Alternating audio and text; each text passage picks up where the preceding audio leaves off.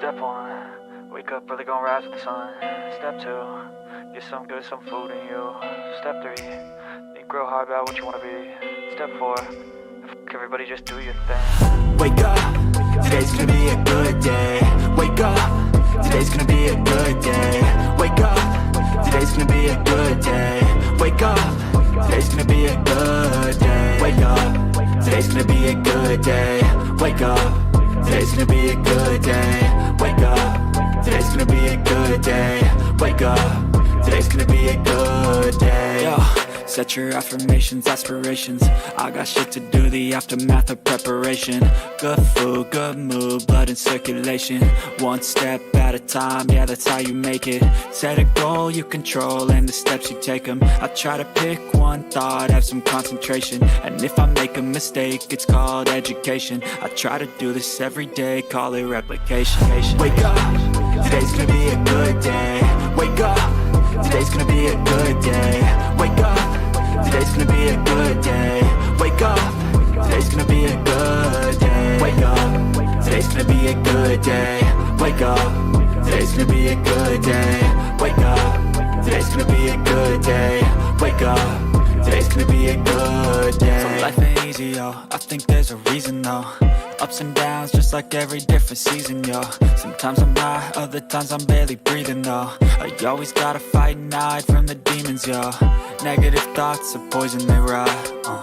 Head full of flies, so here come the clouds. They'll never stop unless I can swap all the bad for the good in my head when I'm lost. Yeah, so I'ma fake it till I make it.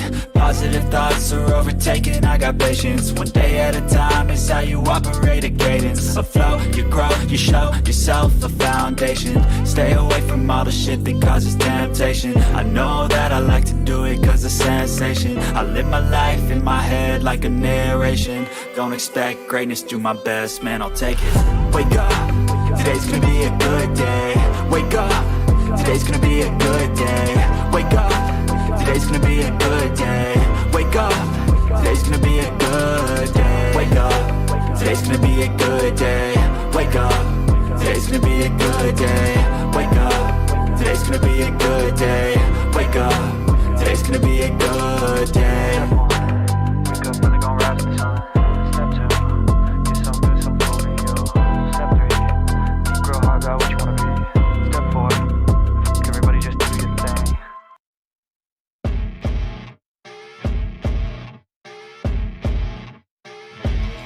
As you wake up in the morning, you want to find the latest, greatest information about criminal cases and have an intuitive conversation about the suspects associated with these cases. Head over to the Bullhorn Betty channel on YouTube.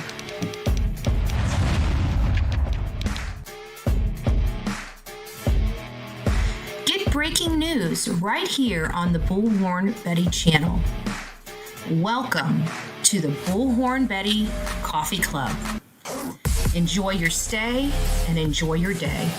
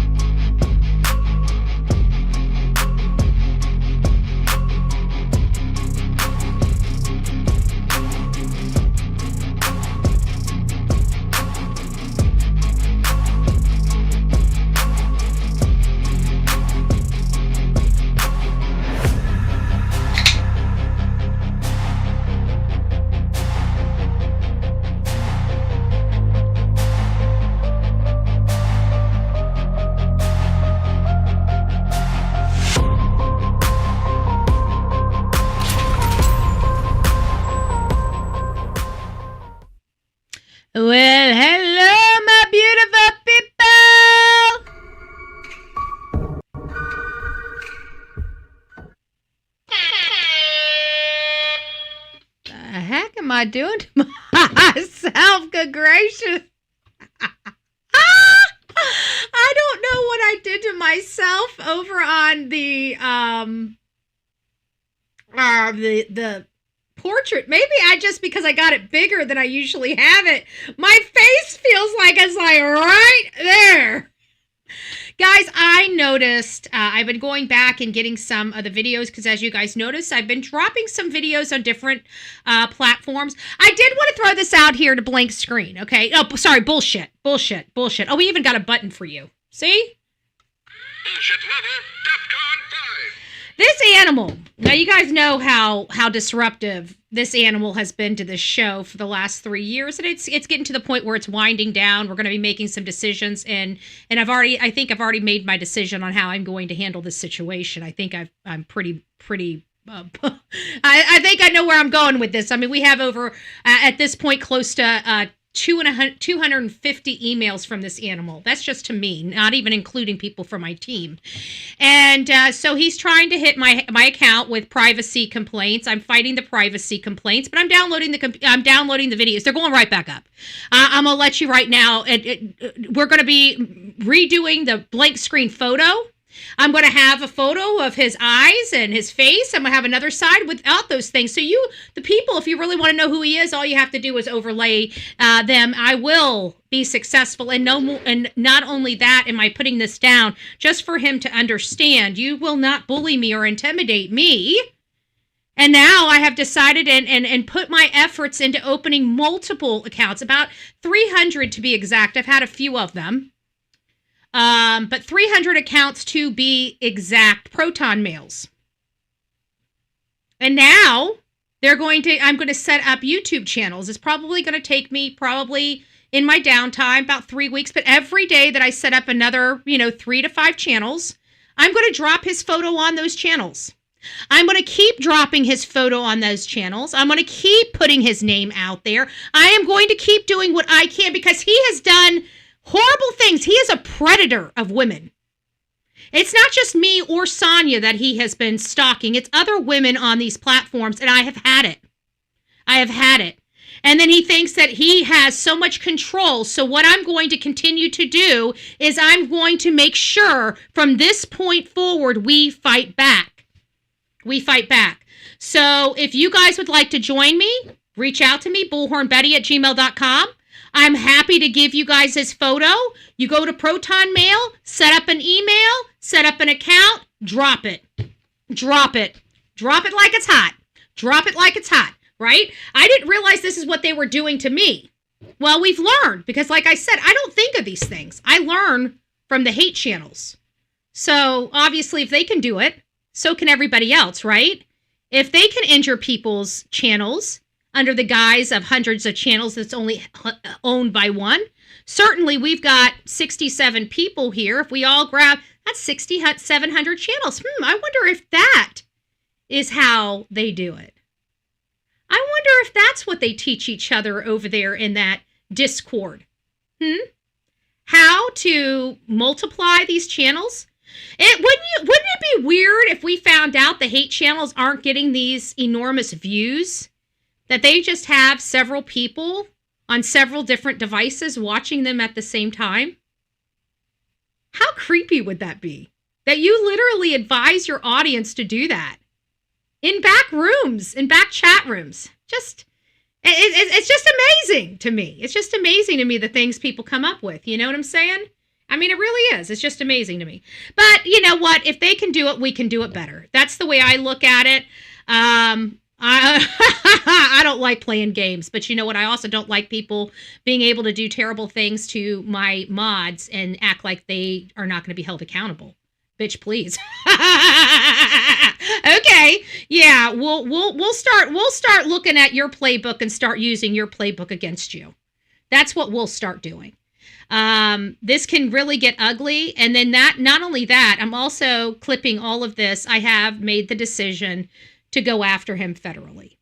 I'm going to, because he was brought to me by Queen Bee and Burt Toast, and since Queen Bee hasn't really done anything after our case that I can see. And of course, we're keeping eyes and ears open, but I don't see where she's going to be involved, but I can definitely see where I can bring in burnt toast. So I think I am going after both of them because I think that they have been in contact with one another. I think that they have been working behind the scenes in a very concerted effort to try to do damage, not just to me, but to Hidden True Crime podcast. I think we can get some affidavits from her. I think there's a lot of things that we can do as a society, and anybody that's dealing with burnt toast or blank screen, I think you guys need to come forward. My email is bullhornbetty@gmail.com, bullhornbetty@gmail.com. It's going to cost me, several $100 to file an action. It's going to cost me another $150 or so to file subpoenas. And we're going to need about 2 or 3 different, maybe 4 different subpoenas, because we're going to be hitting multiple people, because I don't trust them. I don't trust Google has their real name, but I do trust that Cash App does. I'm just saying, you know what I'm saying? Like, they got money going into the bank. So we're going to hit them like that. And the reason why I'm being so public about it is because I don't want to go there. But they're forcing my hand, and they know when they force my hand, that's where we go. And they're thinking, oh my God, they're never going to trust me. A court order is a court order. And if you think I don't have claims here, you're wrong. I'm going to be bringing the 250 emails that you have sent me. And a judge is going to allow me to unmask you, son. I'm just letting you know you are monetized. You're on YouTube, monetized. So there's no way, even if you used a fake name for monetization on YouTube, you're not going to trust anybody but your mama or your grandma or your girlfriend or your wife, right? You ain't going to trust some Joe Blow to have their account information, and nobody's going to want the tax liability from it either. Not that you make very much money on here, because nobody pays attention to you. But anyways, I digress. I'm done talking about it. He's trying, we know we got the right guy, because if we didn't have the right guy, why is he filing privacy complaints? Remember, I told you. I tell you, he's too busy trying to convince me that that's not him for it not to be him. If it wasn't him, he wouldn't give a shit. He'd be like, go ahead and spread it around a little bit more. Nobody cares. Dude, it's not me, If somebody had the wrong photo of me, I'm not going to, you know what I'm saying? I'm sorry. It's just, it's not, I don't know. I'd be like, go ahead and, just go ahead and flash it up. So we're going to make a new bullshit photo for him that he can't, because it's going to be AI at that point. We'll go ahead and cartoon it if need be. You're not going to tell me I can't post your photo after what you've done to me. I will promise you, your photo will remain. You can take those down. What do they do to my account? They do absolutely squat. I don't get hit by YouTube at all. I don't get a community strike. I don't get anything for those privacy things. They just removed the video. I've downloaded them. They're going back up, bitch. So what did you just do? You spent a whole lot of time going in there, filling out a report, and you did absolutely nothing.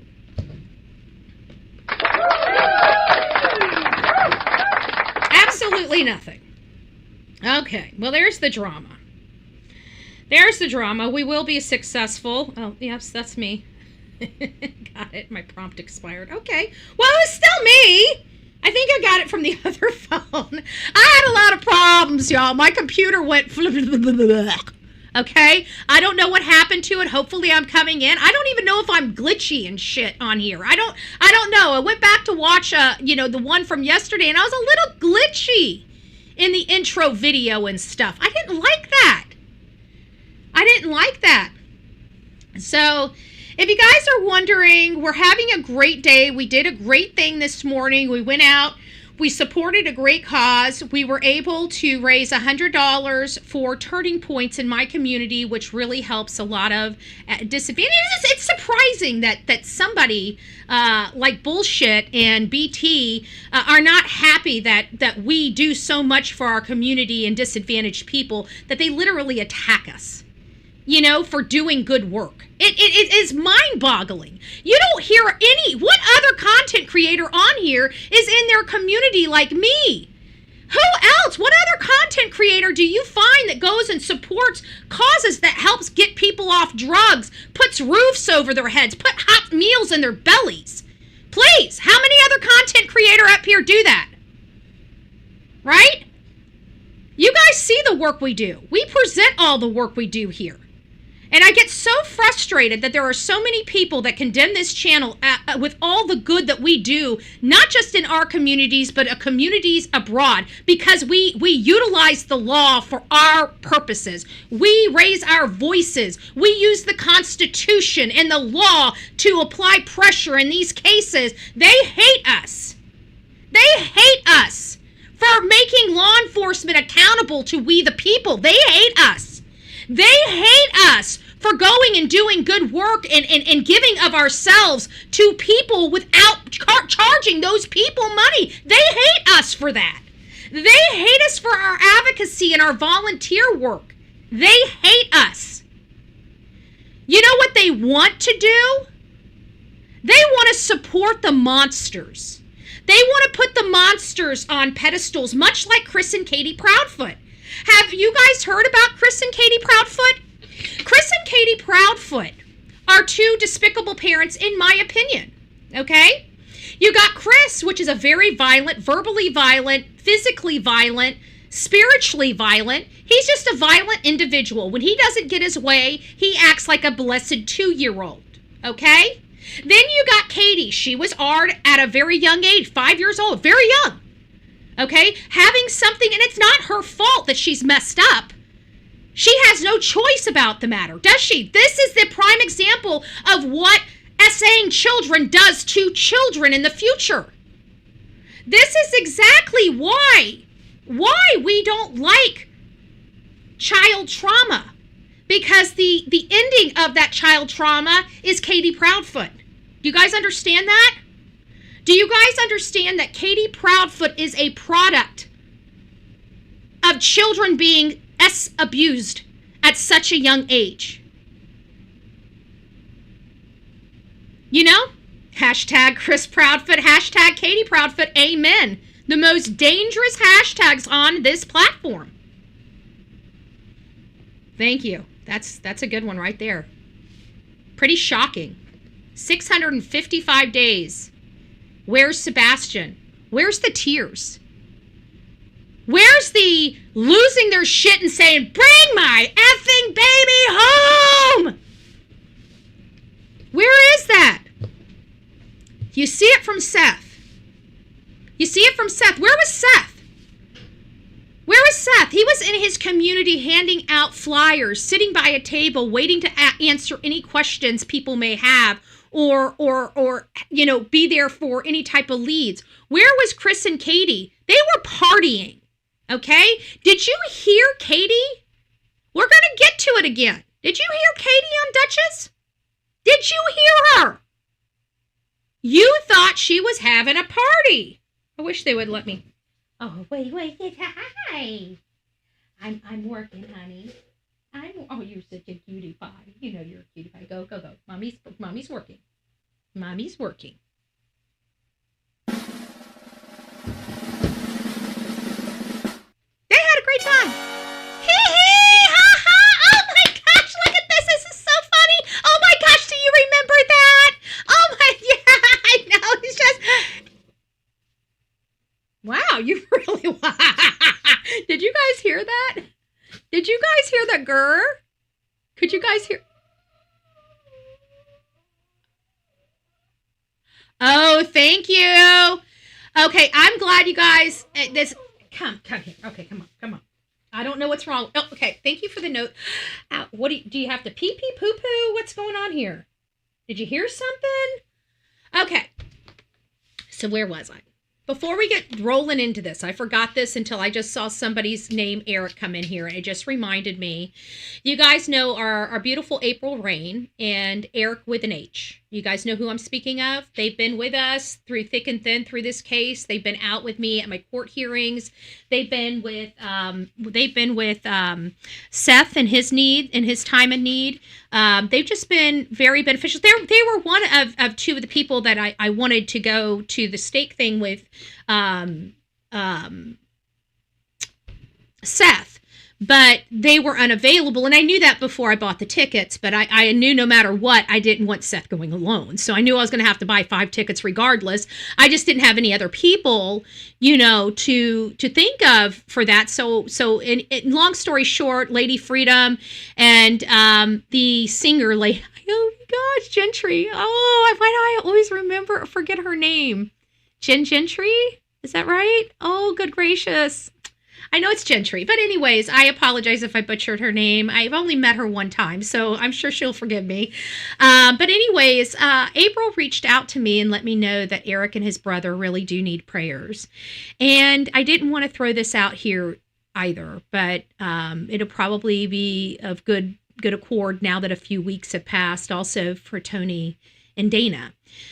But Eric H. and his brother just lost their father. And it's been very hard, according to April. So if you guys could say prayers for him and his brother and his family, I would really, really, really greatly appreciate it. Another issue is, many of you guys didn't know, but right at Thanksgiving, Dana also lost her father. I think it was the day before Thanksgiving. Maybe it was on Thanksgiving. I know it was right there. So thank you guys. Yeah. And it's never good. I mean, you're never prepared. Your parents are there from birth. I mean, everything you've done, your parents have been there for. It doesn't matter how old we get. We always, we want our parents there for forever, right? And we know that thank you. And we know that it's impossible. Part of life, unfortunately, is death.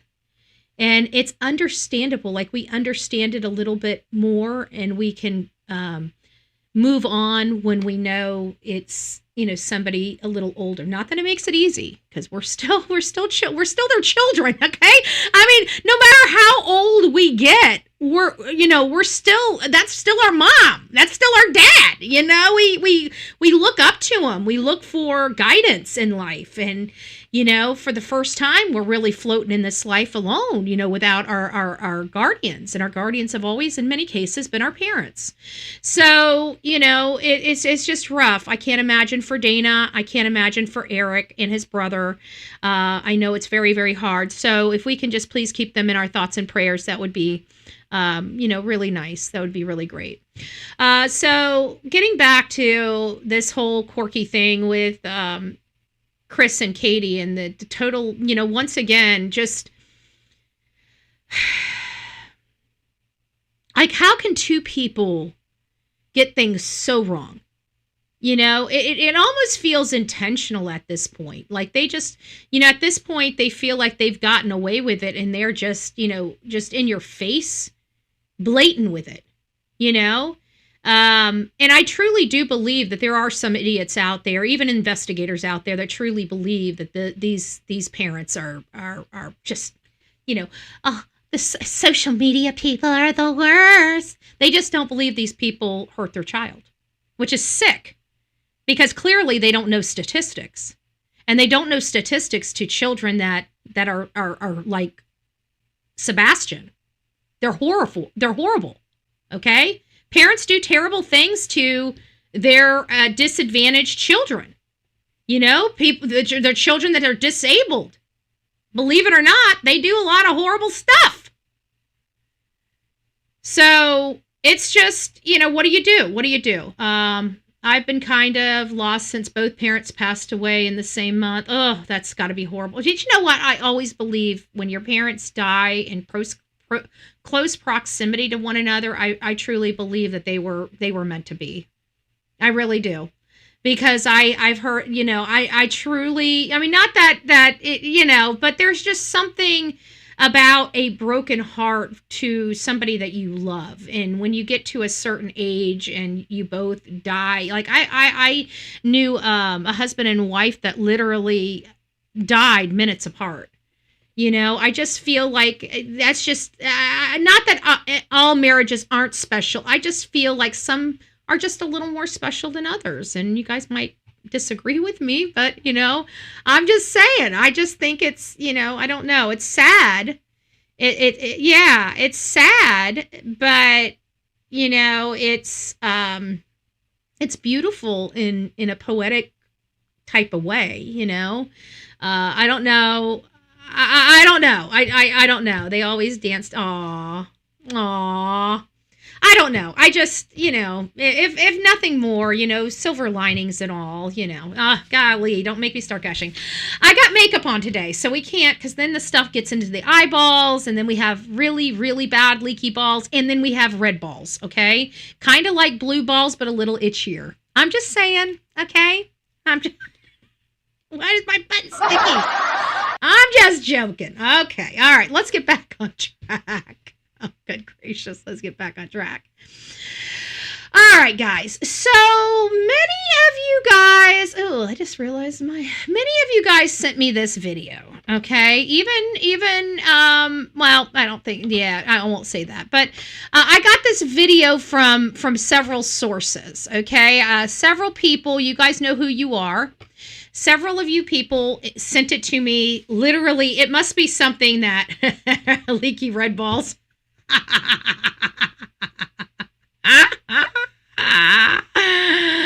Oh, my parents are 90. They have been together since they were 15. I'm 64. I need a padded room if they pass before me. Well, you know what? You better start padding that room. Unfortunately, you know, I mean, it's just,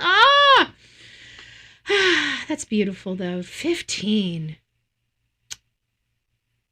I remember seeing my best friend, you know, her and her husband were together 40 plus years. Like 40 plus years.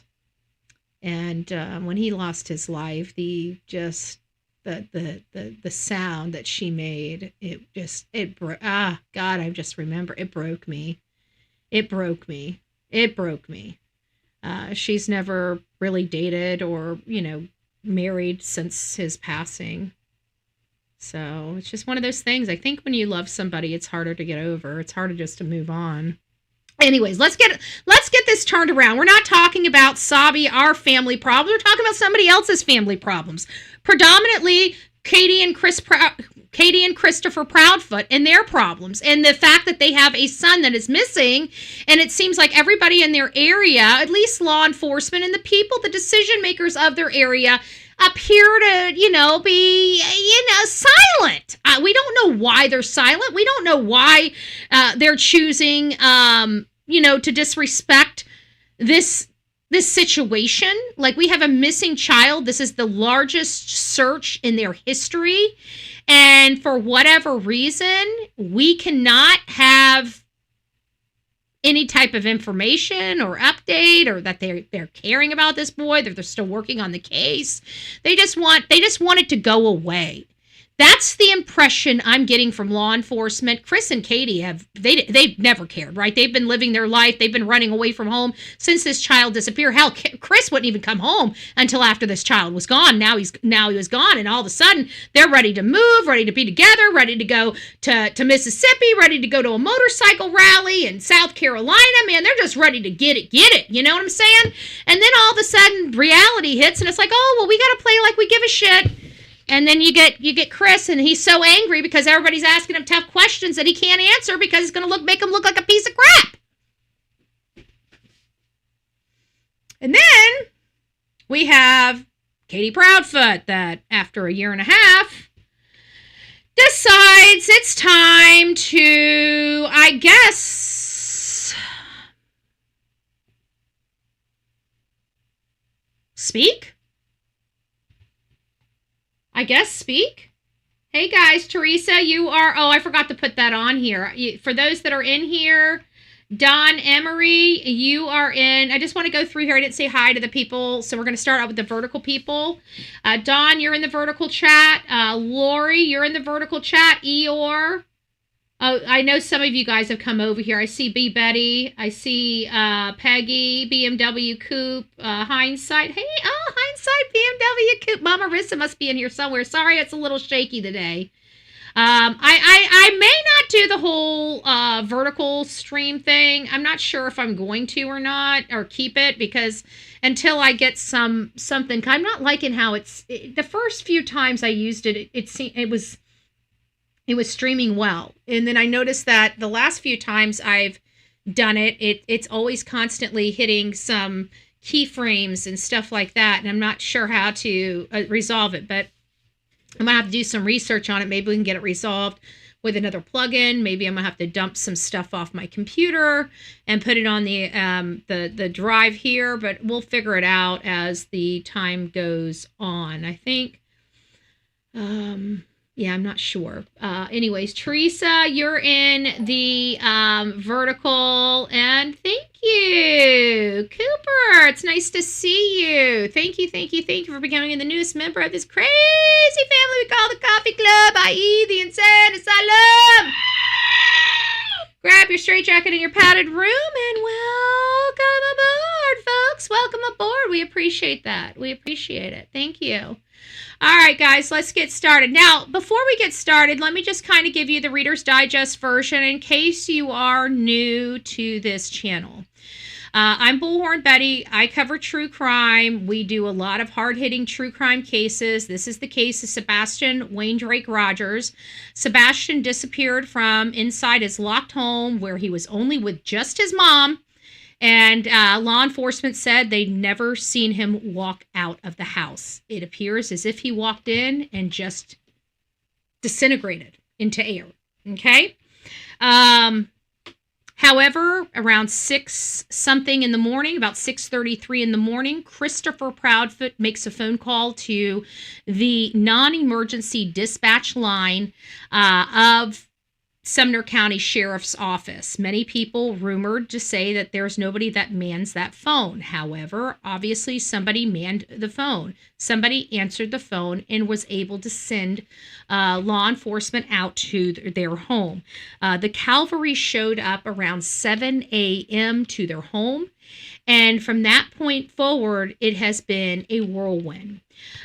Katie stated that that they went out to several places. They came home around 6:30ish, 6:45ish, and by 7:15, Sebastian is taking out the garbage. He comes in, he goes to bed. He goes to bed around 9.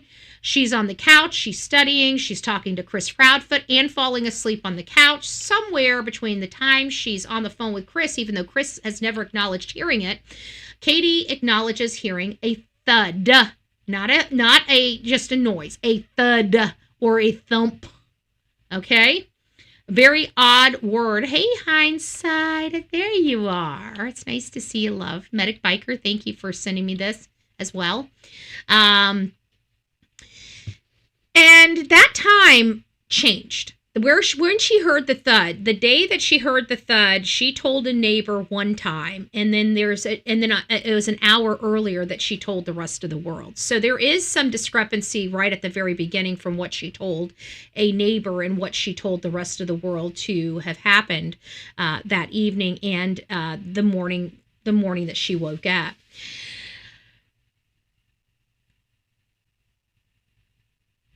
It appeared, which is another crazy nuance in all of this that needs to be answered, is they called Seth at 6:20.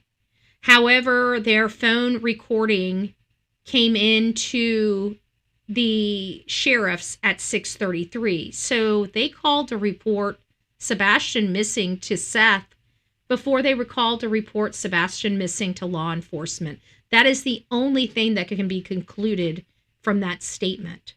That is the only thing that can be concluded from that statement. Seth received his text message and call at 6:20. Law enforcement has confirmed their call did not come into dispatch until 6:33 in the morning, some 13 minutes after. 13 minutes after they called Seth. 13 minutes after. And if you listen to all of their statements for almost a year, They specifically state that they called law enforcement immediately. They never once acknowledged ever calling Seth. Ever. So very, very, very interesting stuff. We know what happened after, right? After Sebastian went missing. We know we've caught Katie and Chris in lots of lies. This last abomination on Sebastian's birthday was horrid. Hey, Gina, it's nice to see you. Blessed Happy, Frank, it's nice to see you. Show Poodles, Michael, hey. Let them 66, Gina H, it's nice to see you. But I digress. So let's get into this. This right here is very, very interesting for me. This is very, very interesting for me for a variety of reasons. One of the reasons is that this is an AI, okay? This particular video that we're about to watch, it looks like it was generated from AI. I typically do not like AI generated videos. I like to know that somebody is behind the AI manning it, making sure the information. Oh, Boogie, it's nice to see you, love. Aw, I'm wearing my Betty shirt today. Aw, I love that. I love that. Thank you. That's sweet.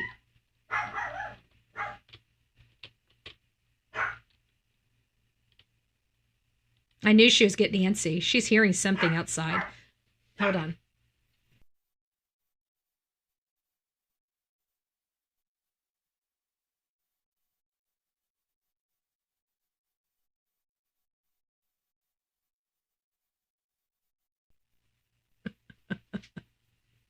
Because it's so hard not to, you try to be the boss, right? You got to be the boss, right? And so I'm trying to tell her to quit barking, and she walking in, she's like, you better not be growling at me. Oh, good gracious, that was so cute. All right. So some people had sent this to me, and as I was getting back, I don't really trust AI. I've seen several of them. Some of them is like said that Summer Wells has been found. Clearly, we know that that's not the case. Summer Wells was not found, and so and we've heard. I think there was one going around a month ago saying Sebastian was found. I don't like him. Okay, but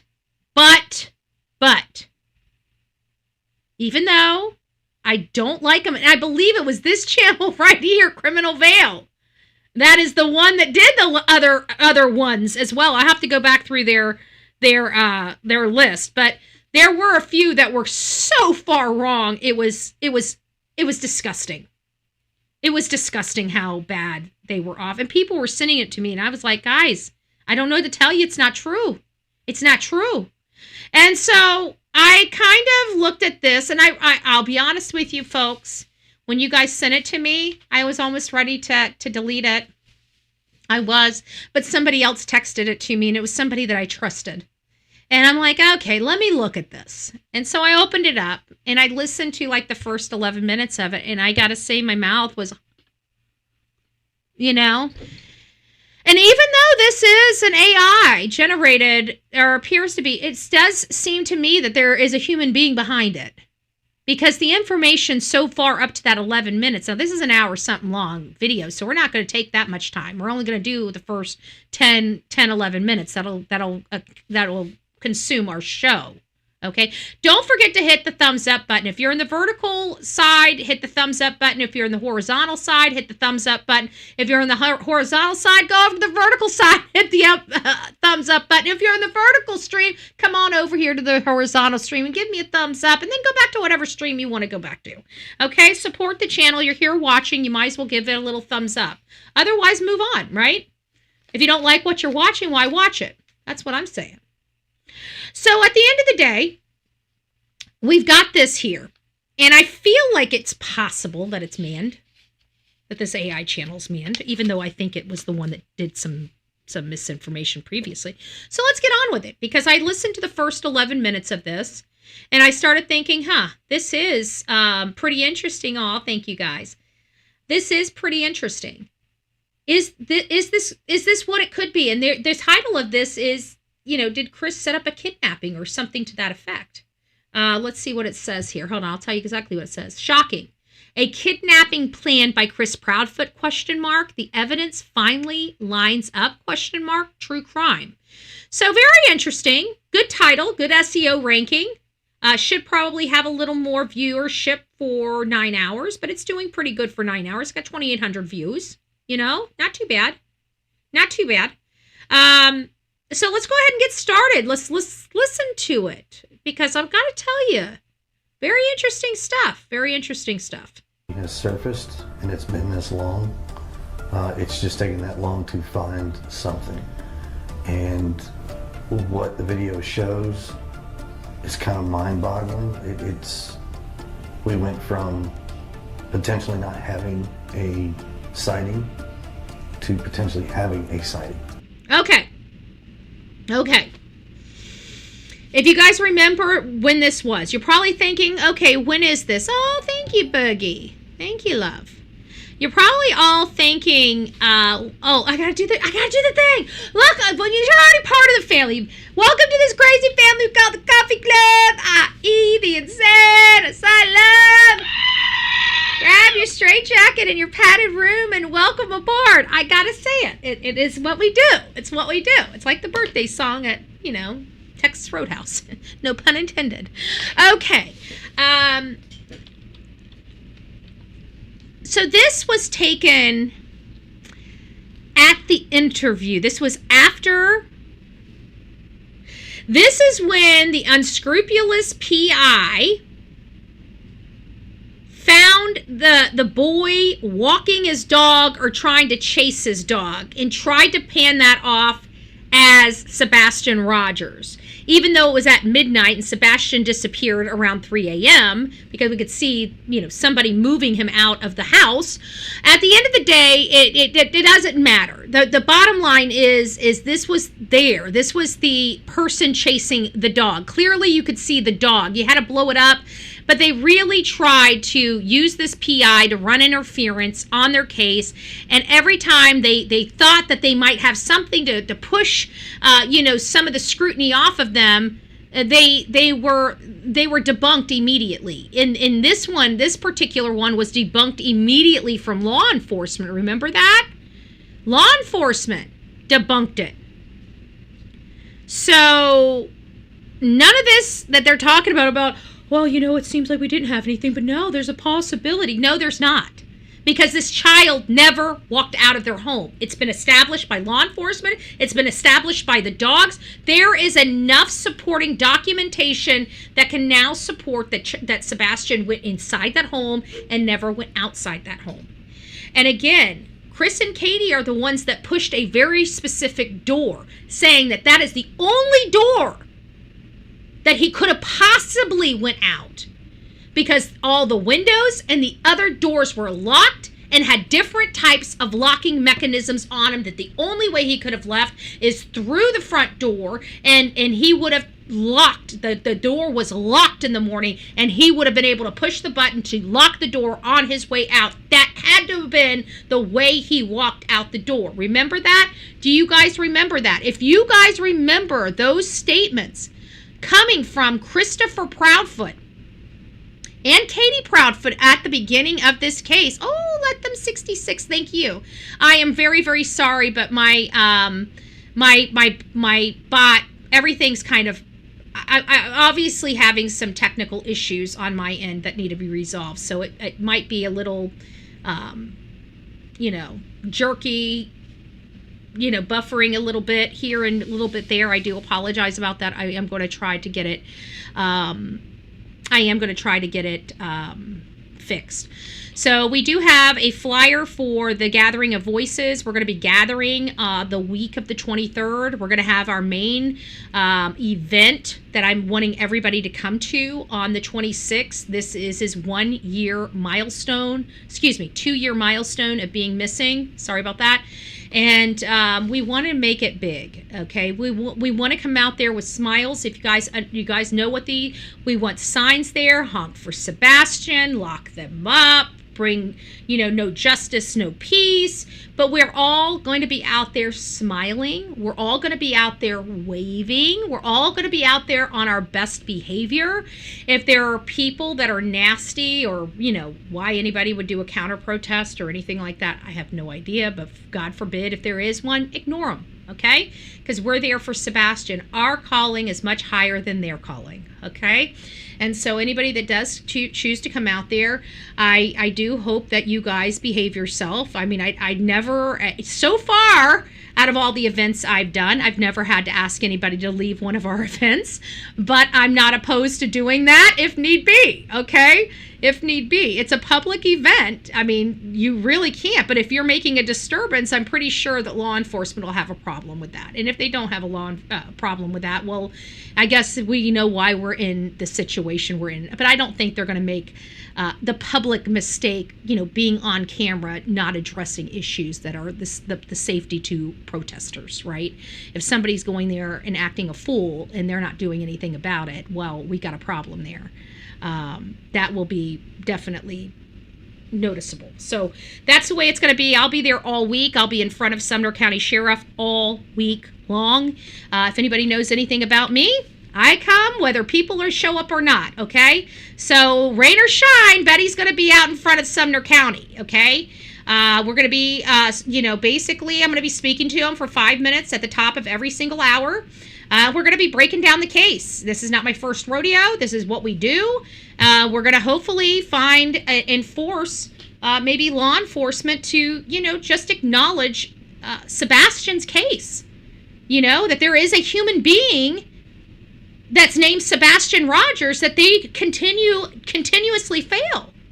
And we need we need them to step up to the plate and do the right thing. And it's time to hold a press conference. It's been 2 years. Okay, it's time to hold a press conference. It's time to show your taxpayers what they're paying for. Because I'm telling you, if you were and you could call my sheriff. Hey, Sheriff Snuggles Struggles, call my sheriff. You would get to my sheriff, okay? Rick Wells, call him. Ring, ring. Ring, ring, Mr. Rick Wells. How determined is your girl Betty? He's going to say, whoa, you got your hands full there, sir. Good luck with that one. But don't be violating her rights. Have a great day. Okay? I have a funny feeling my sheriff would probably say something like that. I don't know. I'm not him. I don't know what he says. He might say, oh, she's batshit crazy. Watch yourself. I don't know. Rick, what would you say? Rick's got to put up with me, okay? He's got to put up with me, but I always fight for him to have all the stuff he needs. All right, guys. So again, this was at that juncture where they would not even let Holly Thompson into their home. Okay, they wouldn't let Holly Thompson in their home. They went and met somewhere. You could see their attorneys in that room. This was the most insane thing I had ever seen in my life. Two parents that these people don't realize, and they don't care if they look suspicious.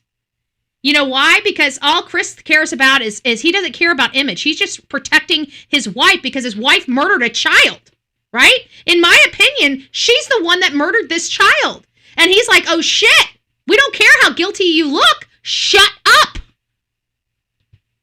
And I truly believe that's what it is. And now she's out here talking.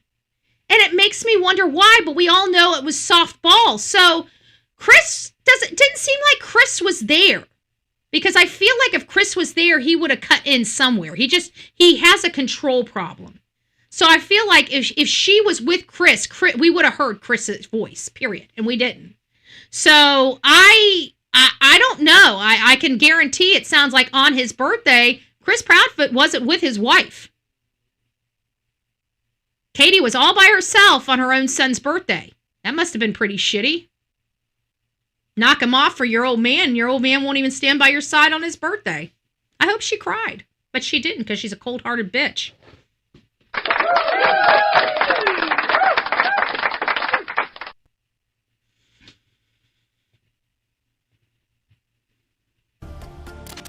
Chris Proudfoot slipped when he said, "Sebastian will never sleep in that room again." a sentence no innocent parent could produce. When that slip is placed alongside his precise description of the only camera blind exit route, his efforts to shut down all search directions, and Sebastian's disappearance occurring exactly 1 week before the custody hearing, the stepfather extraction hypothesis stops being speculation. It becomes the only model that fits the evidence. If Chris wasn't involved, then how did he know the outcome in advance? Reconstructing the final known moments before Sebastian Rogers disappeared requires examining the physical, behavioral, and environmental data together rather than in isolation. When the available evidence is layered, a coherent forensic model emerges, one that aligns with a controlled extraction rather than a voluntary runaway or a stranger abduction. Now, this is one angle, okay? And I think this more bodes with the work in BMW Coupe, Mama Rissa, and in hindsight have been working on, because they're feeling some type of way about the Texas Roadhouse, right? I'm feeling some type of way about the house. But at the end of the day, there are some very noticeable issues. For example, it was exactly 8 years to the day that Katie had filed for divorce, which was pretty bizarre, okay? Pretty shocking. She was with Seth for 8 years. On the 8-year milestone of her filing for divorce, her son disappears. I mean, it's weird. We also have the coincidence of Chris Proudfoot's custody hearing a week after Sebastian disappeared, and that was postponed by this disappearance.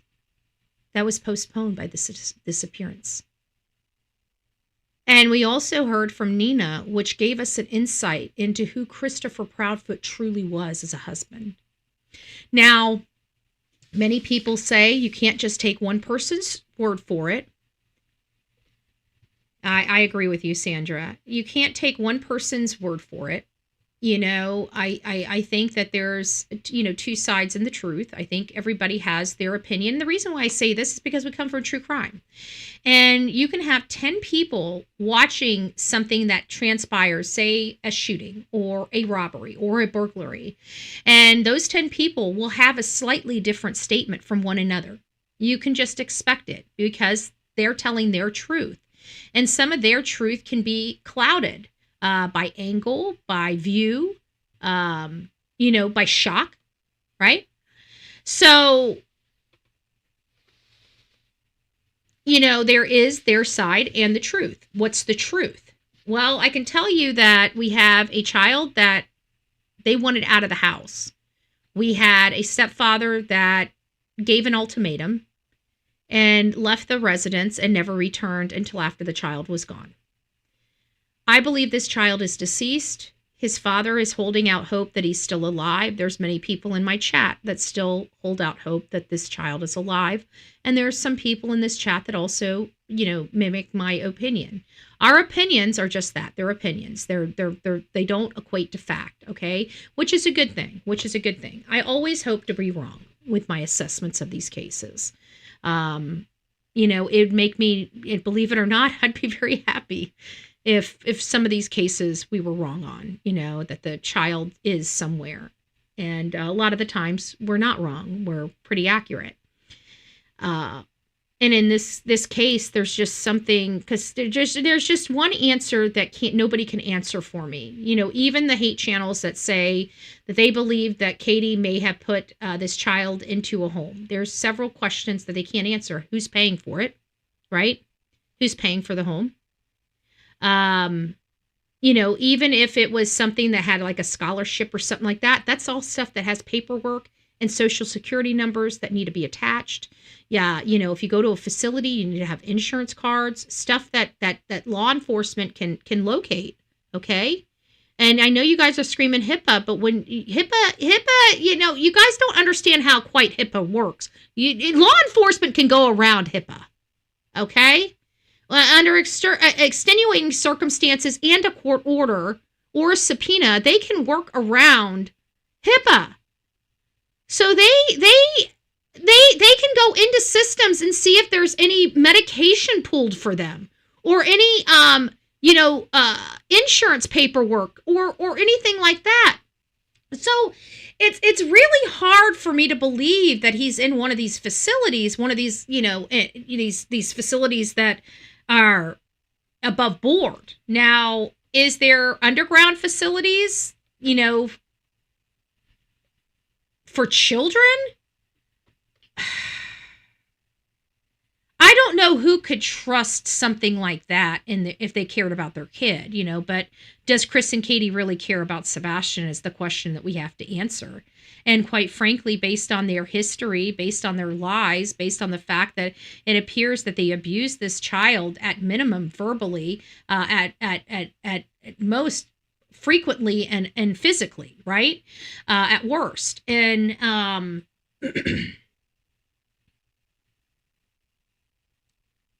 I would think that any facility he went to, they would be required reporters. So when he told him he was being abused at home, they most likely would have had to, report that. Everybody thinks there's these secret, even black market and stuff like that, Michael Monkey Vaughn scenario. That's very few and far between. And look, even the people that were talking the biggest about this $10,000, they couldn't even keep him alive, and nor did they have any plans on really getting him out of there. So even that didn't even make sense. It just doesn't make sense, folks. It just doesn't make sense. But yet we're trying to make this make sense. So anyways, this whole portion is about the extraction. And I think that many of us did. The extraction was part of the theories at the beginning. But I think they kind of went away by the wayside, except for Mama Rissa and BMW Coupe and Hindsight, and they kept the pressure on. And so now we've got this story here actually making it make sense, where it goes from, a possibility to maybe a little more probable, right? The absence of physical traces, combined with the predictable behavioral patterns documented in the files, allows for a reconstruction that is supported not by speculation but by exclusion and logical probability. The first and most important physical indicator is the absence of footprints. The terrain around the home included grass, soft patches, and areas where moisture or temperature would ordinarily capture at least partial impressions.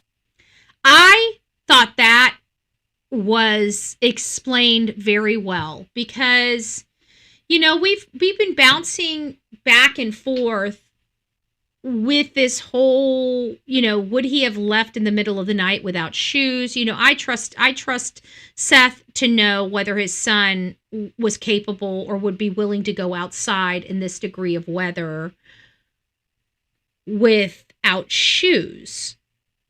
But we have to remember, hey, Gwen, it's nice to see you, love. We have to remember that he disappeared in the middle of the night without shoes on. And we've talked about the fact that his DNA should have been more prevalent because he didn't have his shoes on, not less prevalent. Yet it appeared that he never put his feet on the ground. He levitated away from the house. I think we've used that terminology previously when covering this case. Levitation. Because I think levitation is the only thing that could possibly explain why there was no scent, why there was no impressions in the ground, why there was no spots that had less, dampness on it, ninja style. Yep. I did change my name today. It just hasn't gone through. Send it. Oh, well, thank you. I'll be looking for it. Make sure when you come in here with your new name, you let me know. I appreciate that. If my kids was missing and someone thought, and I just want to let people know, if you guys are in my chat and somebody reaches out to you to harass you in any way, I want you to let me know right away. And you can reach me out to me to bullhornbetty@gmail.com, bullhornbetty@gmail.com. I've got an FBI guy I need you to call. And I'm also going to instruct you to file a report with your local law enforcement. And for anybody that's in my chat, I always recommend you changing your name, you coming up with a name that you would like. Some people just don't care, right? Some people just don't care. They're like, no, this is it.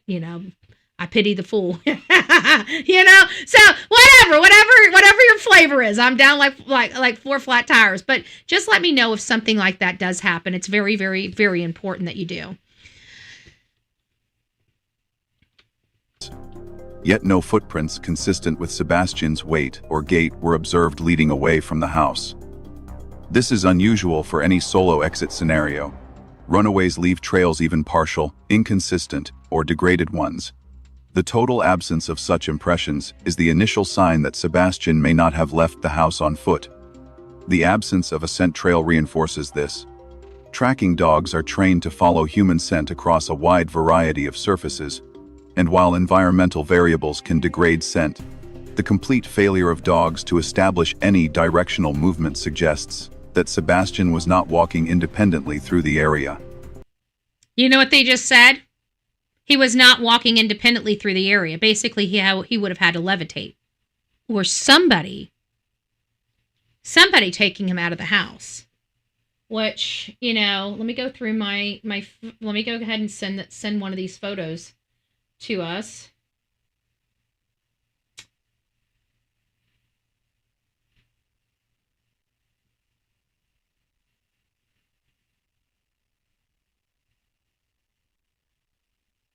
Was that before or after? It was after. Okay, let me keep going. I will find it. That's Caitlin Harp. That was such a sad case. I need to get all that stuff out of here.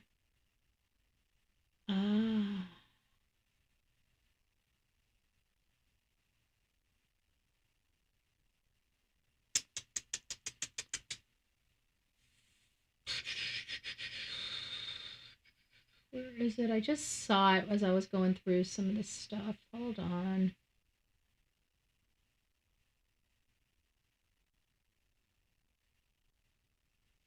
Here we are. I think this is it. Yep. Okay.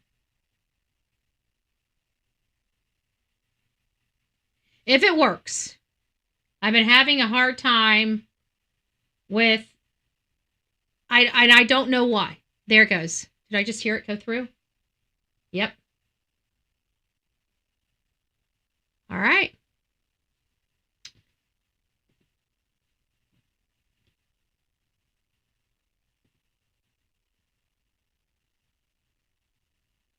There we go. So as you see, it's a blob carrying a blob. Behind that light, behind the light, it's a blob carrying a blob. You can make out almost a face. You can see kind of the face. Let me go over here. You can kind of see the face right here. And you can see something holding something here. So a head, you can clearly see a defined head. You can't make out whose head it is. I mean, I give you that. But the idea that this explains it. This photo, in my opinion, right here, explains everything. Because everybody knows that the dogs should have tracked something, yet they didn't. And we're believing he levitated out of the home, but we know he didn't levitate out of the home. So we go to the lights, we blow up the lights, we see something large being taken out of the home by somebody. By somebody. CP's temperament and attitude towards Sebastian combined with FBI statistics make things obvious. Yes. Quick. Yep, absolutely. Absolutely. And in all fairness, I think that it was DS that sent me the Occam's razor. I had never heard of Occam's razor until that point. It sounds interesting. Maybe I have in a past life. I just forgot about it. You know, as time goes on, you forget about some things you learned. Maybe in my psychology class. You know, I've taken a lot of classes over the years, and I just don't remember hearing Occam's razor. But when it was sent here and we read it here live on the air, it made sense. For problem-solving techniques, you know, it's usually the most obvious answer. Occam razor, so true. Such a good point. Yes. And so I didn't even think about that because I didn't know about it. But I'm learning a lot. You know, people send me a lot of stuff that I read, even though I don't bring it all. It's not that I don't want to bring it up to my audience. It's that I forget. Like even now, I know that same person has 3 different reports in my email that I keep wanting to bring up and forget. I'm not going to hunt for them now, but we are going to have to, remind me to go over them because it's good information. I've read it. Was that him and the no. Mm-mm. This was the lights video. This is we had some people, even hindsight's done amazing work, by the way. She was able to put this all into a video. You can clearly see somebody walking. Like to me,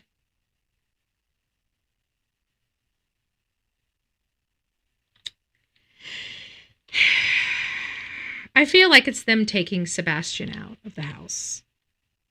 He wasn't walking. I'm just going to let you know that. He was being carried. I don't like that. I don't like that at all, honestly.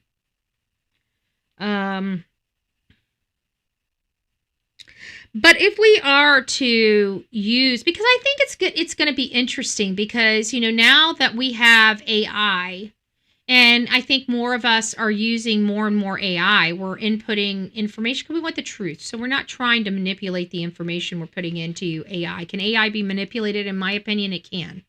Okay. I think if you work with AI long enough or you plug in bad information for fact, you know, like say you put opinions in instead of factual information, it's going to base, you know, the facts around opinions and so you can manipulate it. But for those that really want the truth, I think that you can take some stuff and start plugging it in, just the factual stuff, you know, the dates, the times, you know, even explaining this blob, you know, this photo here. I think that adding this photo or explaining this photo and letting it see it and letting it and letting it know about these lights in the, you know, on that area, that common area leading over to the vehicle. You know, you can build stuff, but I really think that AI is really taking over a lot of aspects, and I wonder if it's going to be if it'll help, you know, help solve this case. And I know people are using it a lot to understand no scent picked up by dogs because Sebastian was carried out. Really,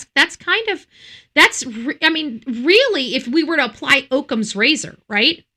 That's really what's being implied here. Is it not?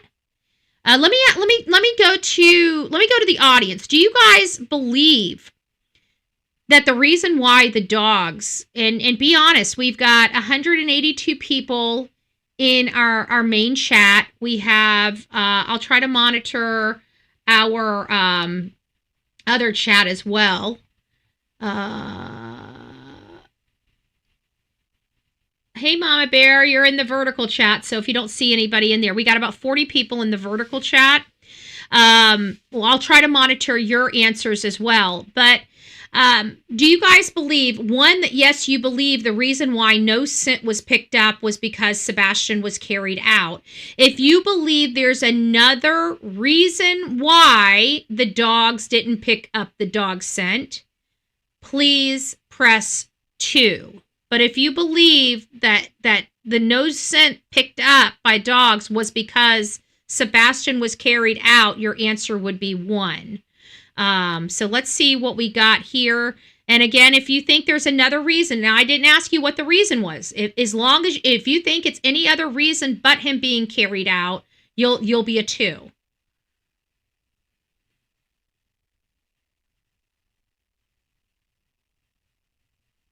All right, so we've got a good, healthy number of people that believe he was carried out.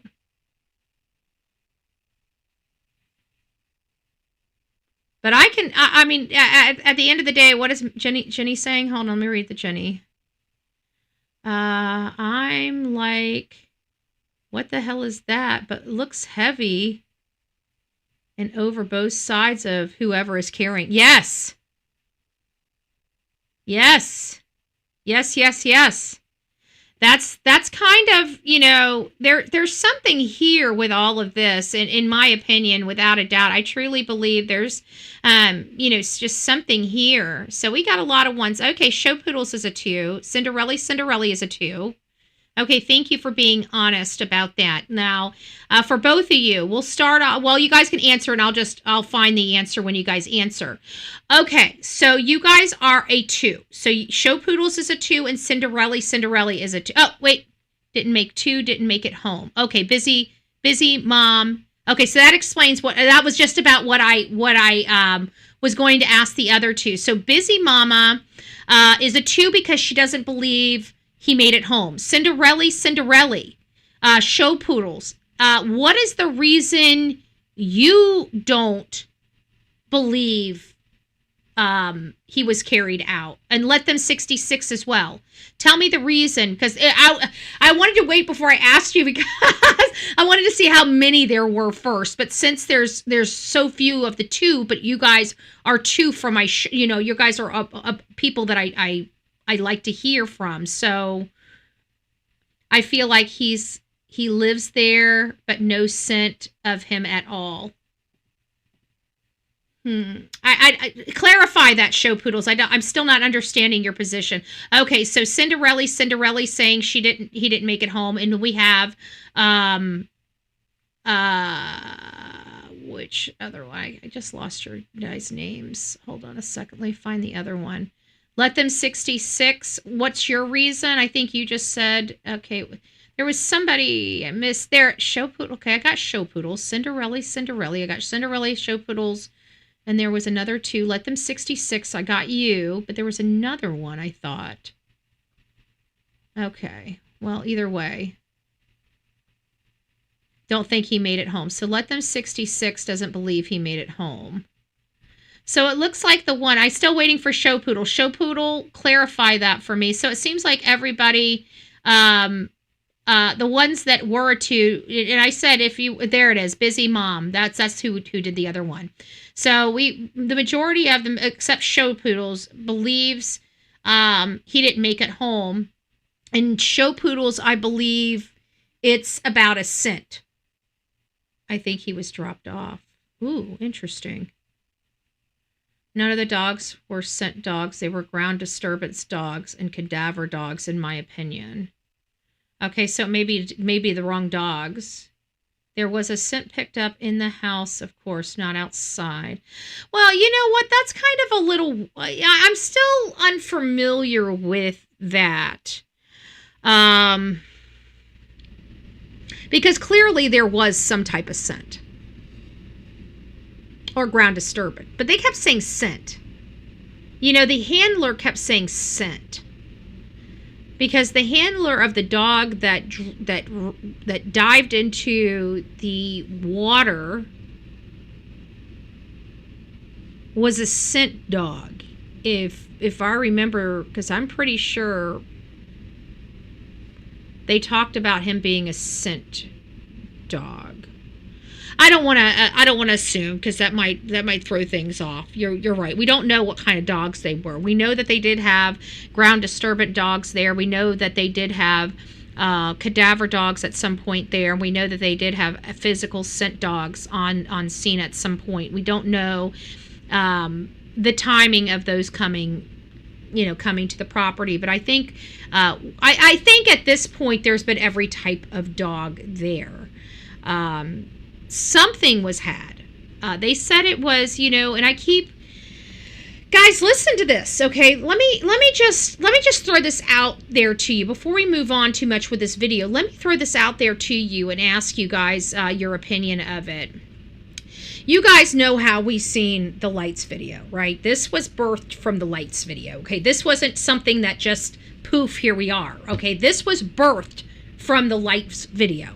Somebody took that lights video and blew it up and blew it up and blew it up and blew it up, all right? Kept enlarging, and then started working with the highlights, the low lights, the filters, to change lighting and stuff like that, to start raising the image behind the lights to the surface. It's a process that goes on. We've done it here. Sometimes it works out, sometimes it does not. This one, many people were coming up with the same stuff, okay? Every time anybody got a hold of it and enlarged it, it was basically the same image that we all got. Some people may have picked different, frames to which to work with, because there was 1 minute and 30 seconds of a dot going across the yard. But every single, in my opinion, every single variation of the blob, there was something very large in the blobs that appeared to be carried by the blob. So if I had to be factual here, it appeared that a blob, which was derived from a little speck of light, it appeared when they blew this up, every single one, and no matter which frame they took, it appeared to be a blob carrying a larger blob.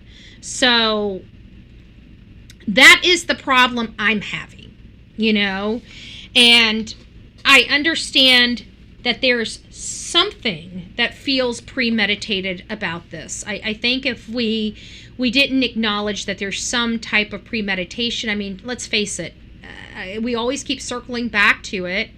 Katie Proudfoot was acting very strange and tight inside a Texas roadhouse.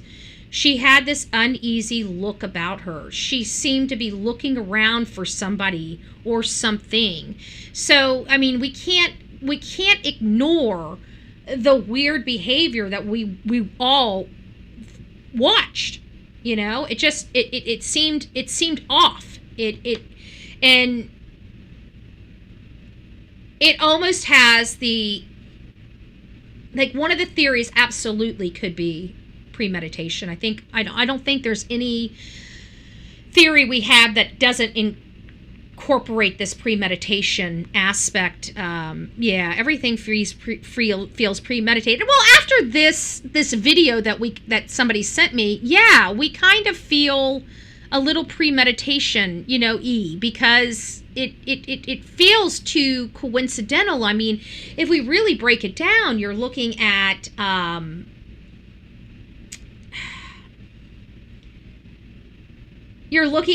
this being a week before Chris's custody battle. You're looking at it being on literally the 8-year milestone of Katie filing for divorce from Seth, which she happened to be married to for 8 years. I mean, the coincidences of this case alone is hard to ignore, in my opinion. So you couple that with Katie's weird behavior and this video, I think this really supports premeditation and, some other possibility. But what? If he's alive, where the hell is this child? And why would they go through all of this if Seth just wants his son? He's 17 years old. Do they really think he's coming after child support? I mean, we know how cheap of a bastard frickin' Chris Proudfoot is, but come on! Give the man his son back if he's alive! Because every day that they start joking around about this and mocking Seth for being upset and going here and having a laugh and a joke, meanwhile, this child is missing. It looks horrible. It looks horrible. How heartless can two frickin' people be? The problem is I don't believe they would go through all of this. I really don't.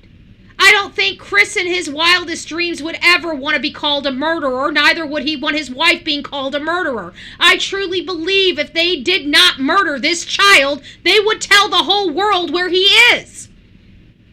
And instead, they're out there providing distractions, not looking, not doing anything. And I don't know any facility that's going to take this child without some significant funds up front. Where do those funds come from? You just can't poop thousands of dollars a month. Okay? These facilities cost $7,500 a month. Where the hell is the money coming from? Again, if it's coming from the medical world, if it's coming from Medicaid, if it's coming from something like that, okay. Okay. But I don't think it is, because they would have found him. They would have found him with his social security number, or his insurance card, or his medication.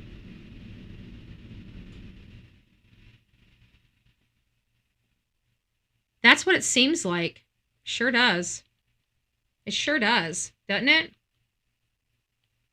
It is absolutely sad and abhorrent what they have done to this child, to this case, to this child's father, to me, to the other searchers that they've caused nothing but grief and heartache for, destroying their property, putting holes in their tires, throwing me in jail.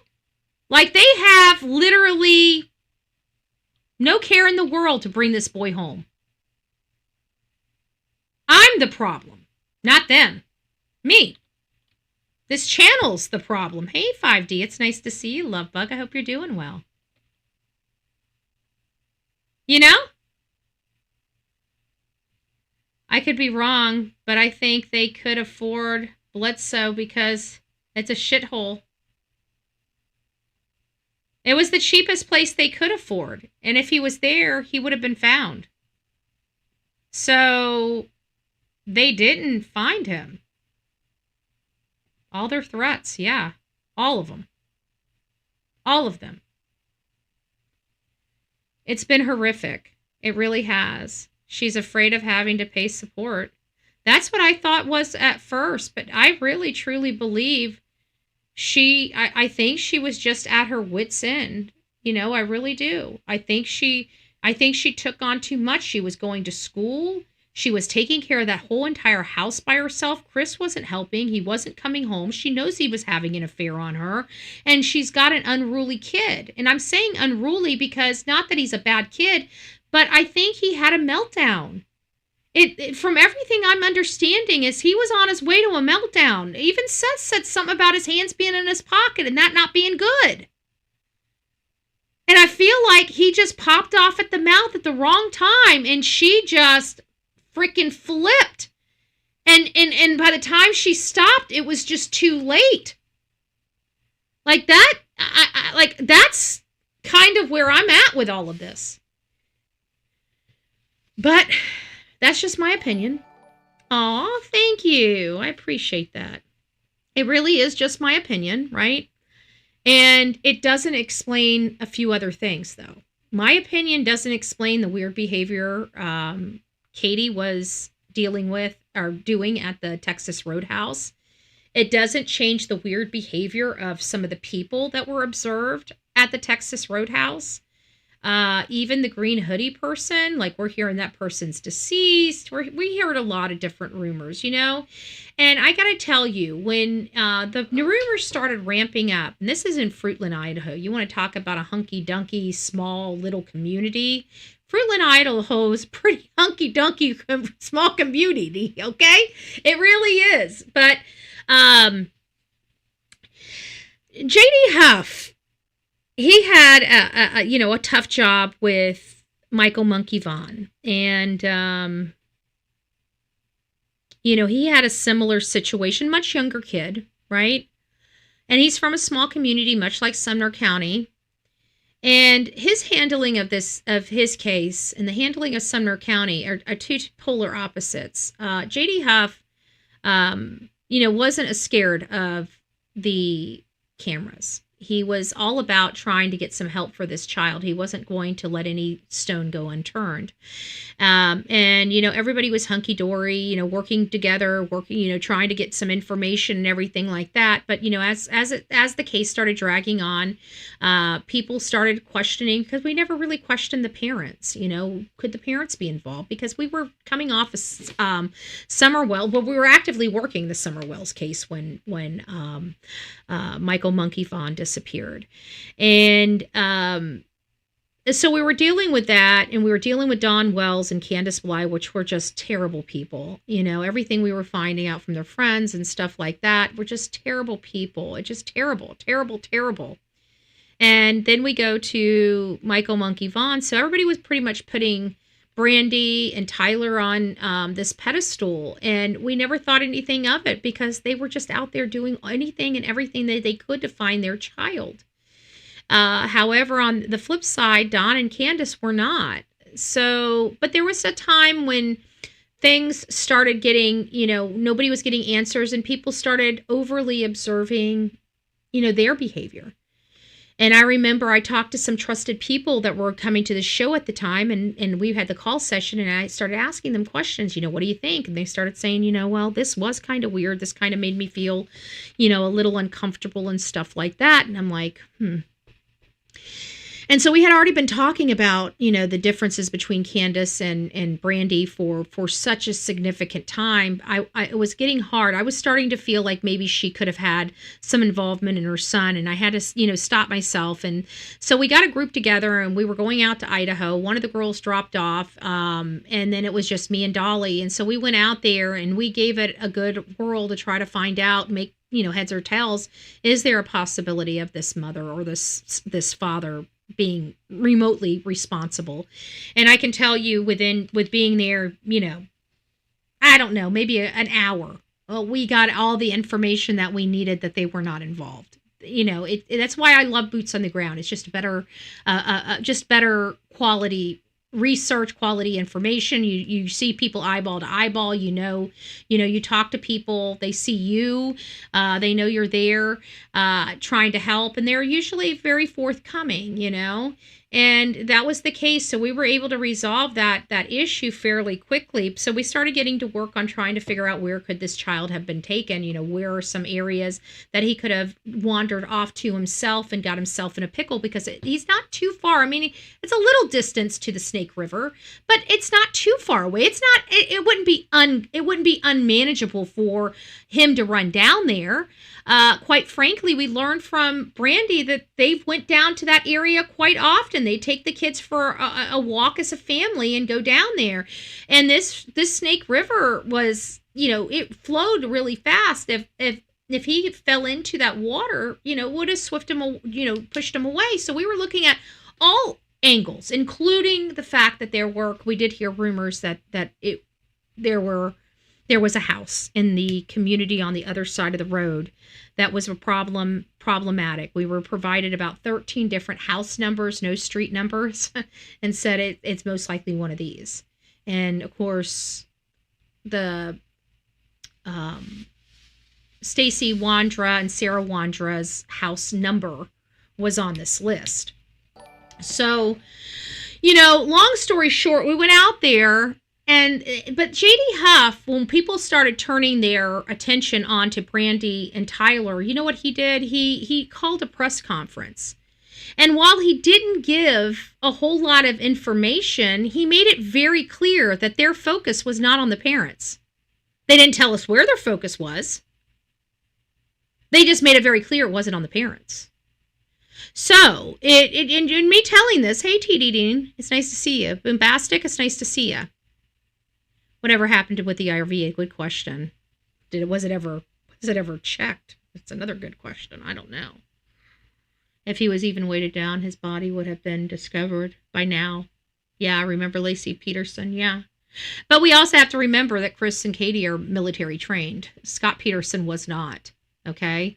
They have a different type of training. They have a different type of thought process that's ingrained in their brain, for them to quickly, you got to understand they're trained to be presented with a problem and quickly almost be like a quick engineer and trying to figure out how to overcome it.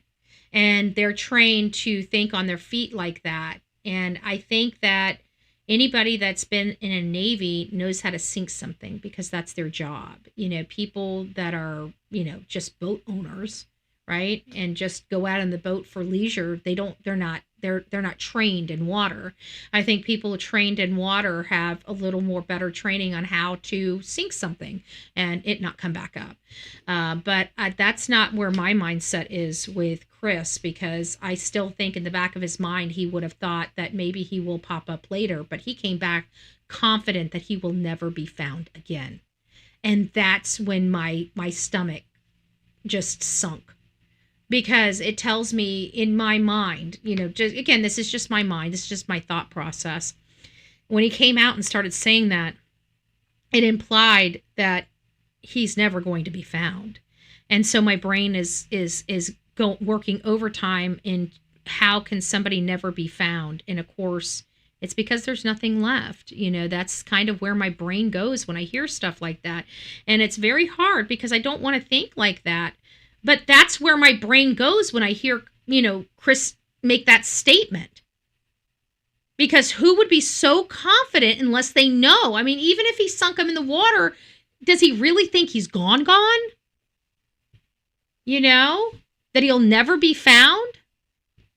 Maybe he thinks he's that good. I hope he is not as deranged. But we heard a lot of stuff about what he did to animals when he was younger, guys. And that's what makes me think that he has the guts to do what I think he did. Katie is very smart people. Yes, they are very smart people. You know, and I kept telling people about Don Wells because everybody underestimated Don Wells. I told people since the minute I came on the case, I said, do not underestimate Don Wells. If you guys were here with me during Summer Wells, raise your hand if you heard me say that. I said that so many times because people kept calling Don Wells dumb as a box of rocks. And I said, you guys keep calling that man dumb as a box of rocks.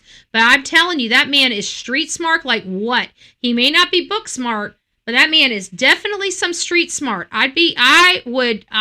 Don't underestimate Don Wells. Yep, Sonia was with me. Don't underestimate the real me too. Don't underestimate Don Wells. And I got to say that, and that's a guy that's just trash.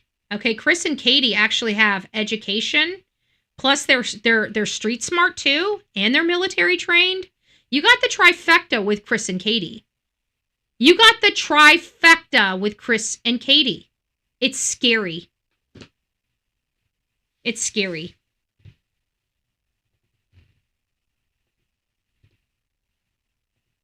Dogs frequently pick up scent, even when footprints are absent. The lack of both strengthens the inference that Sebastian's movement, if it occurred at all, did not involve unassisted foot travel through the yard or surrounding terrain. Another critical detail is the absence of shoes. Files document that Sebastian disliked walking barefoot, particularly outside. For a neurodivergent teenager, aversion to certain tactile sensations such as cold ground, rough surfaces, or unpredictable textures can be intense. A voluntary departure without shoes is inconsistent with known behavioral patterns. In forensic reconstruction, this detail is not minor, it is central.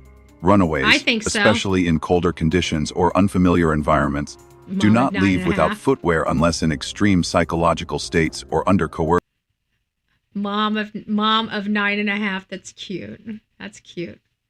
Yes, he would have. That's what my cousin said. My cousin's military trained, but he was in the Army. And so, early on in this case, I brought this case up to him and asked him, if you could give me kind of an edge or an angle to look at here, what would it be? And so he asked me about the case a little bit, and he asked me about the parents. And when he found out that they were military, because I said they're military trained, and he said, what military? I said, the Navy. He just said, water. Look at water. Look at water. And he's like, if you were talking about Army, he goes, I would say that there might not be much left, because he talked about how they were taught how to make like a heat turbine. And he says it takes about an hour and a half to construct. but it causes such a high heat.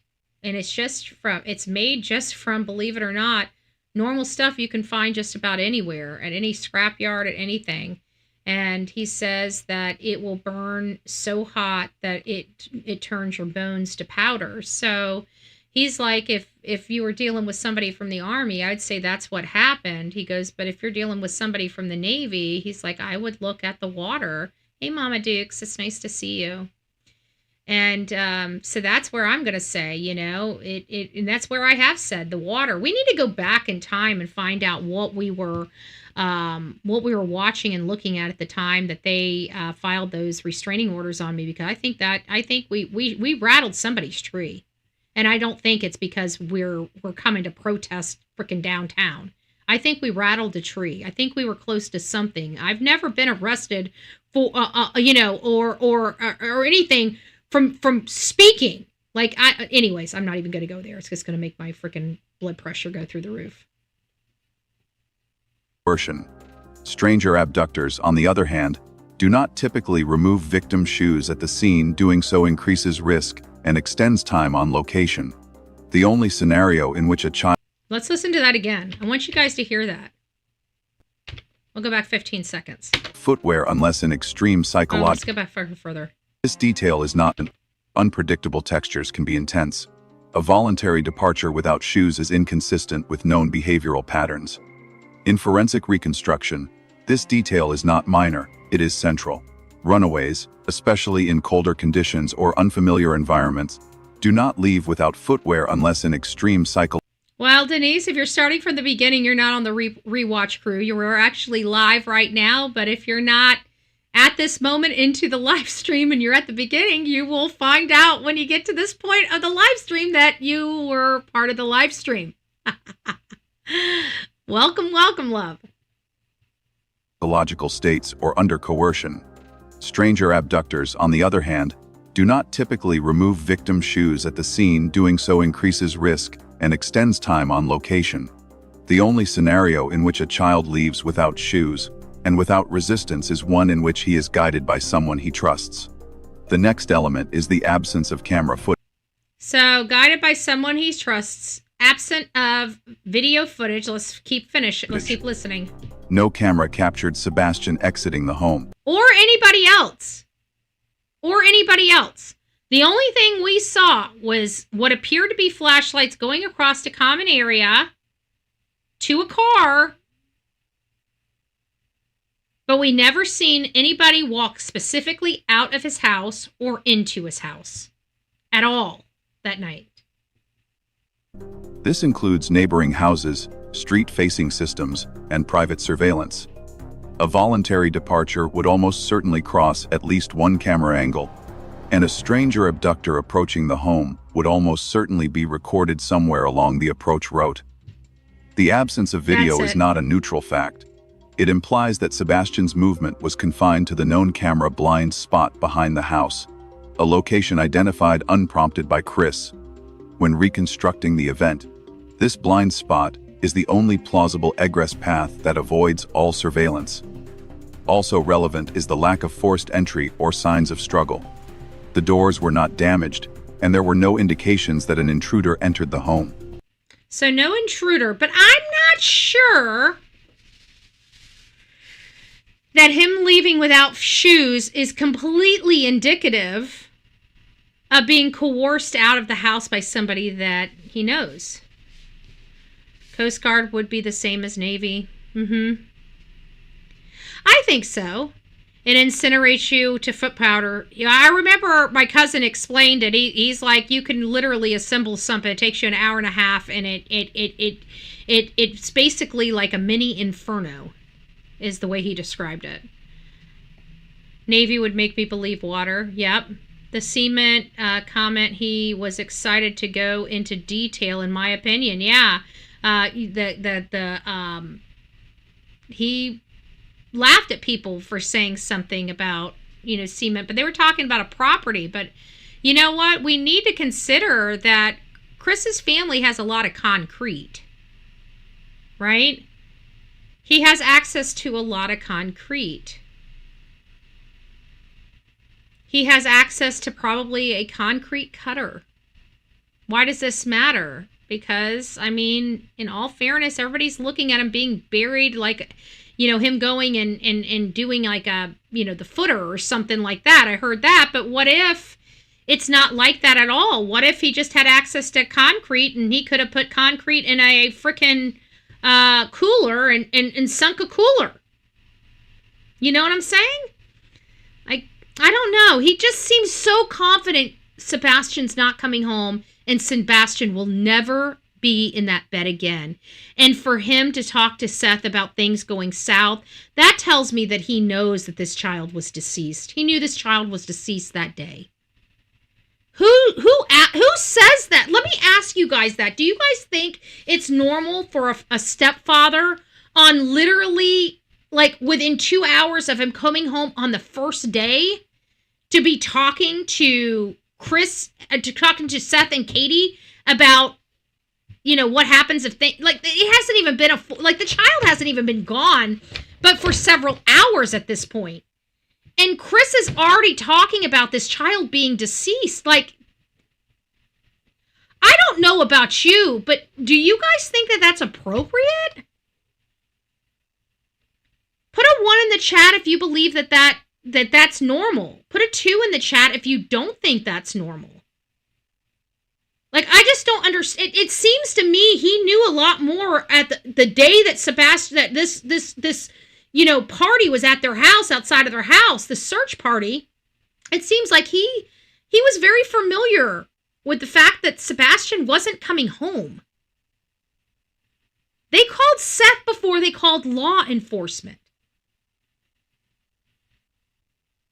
It took them 30 minutes from the time Katie called her husband to the time they called law enforcement.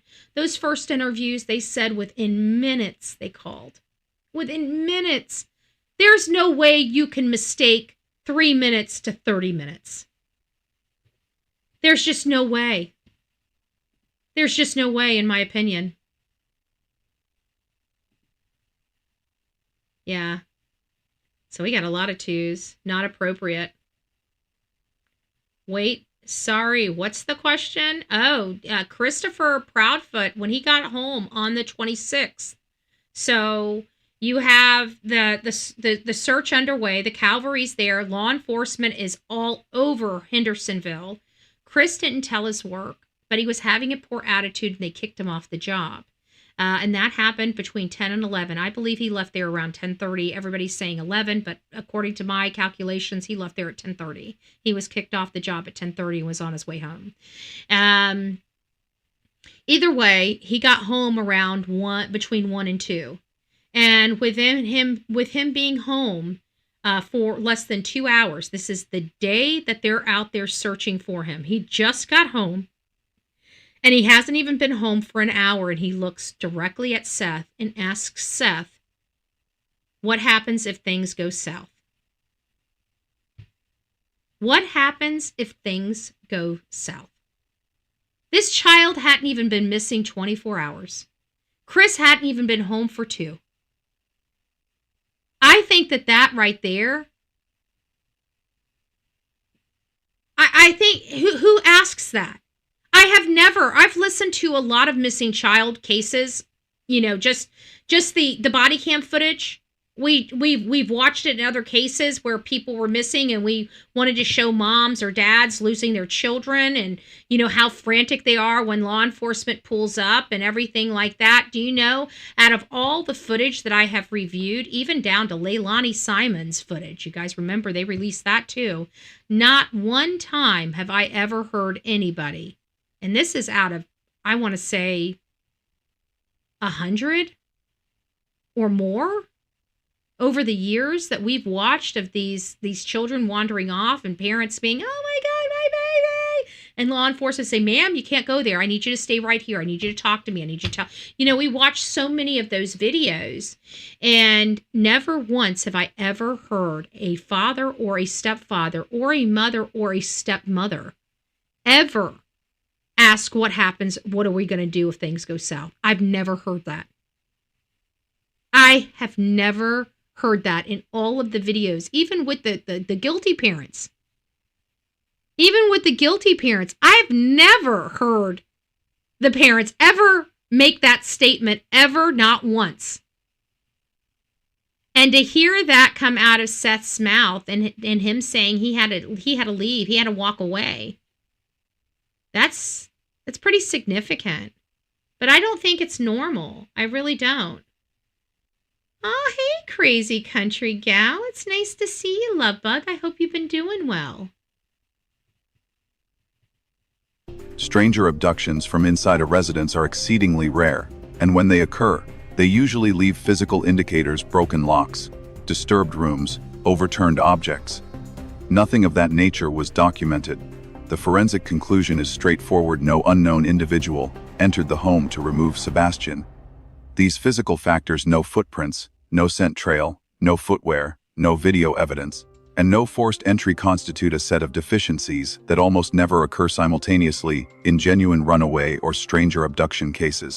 In general runaway or stranger abduction cases. So that's what we've been saying from the very beginning. It doesn't sound like a stranger danger abduction, and it doesn't sound like he wandered out of this home.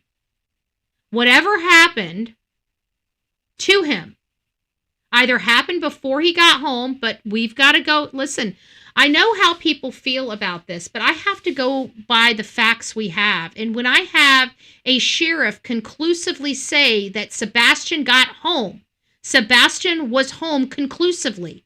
Okay? It was Sebastian that took the garbage to the road. Law enforcement is not going to make up details like that. Okay? Now, they will lie to us to deflect. And this is bringing me full circle to the question I was asking when we started the show, but didn't quite finish. And that's if law enforcement is trying to convince us what we are seeing in the lights video is not what we're seeing in the lights video, would they also lie about when that dog jumped into that retaining pond?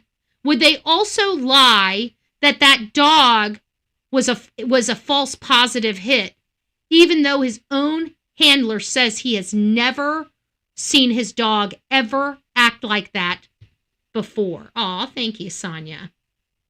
Sonia saying, getting those thumbs up. Get those thumbs up. We got 200 people in chat. We need to get the thumbs up. So if you guys have not been over to the vertical side, please go over there, give it a thumbs up. And when you're done there, come back over here at the horizontal side and give this a thumbs up.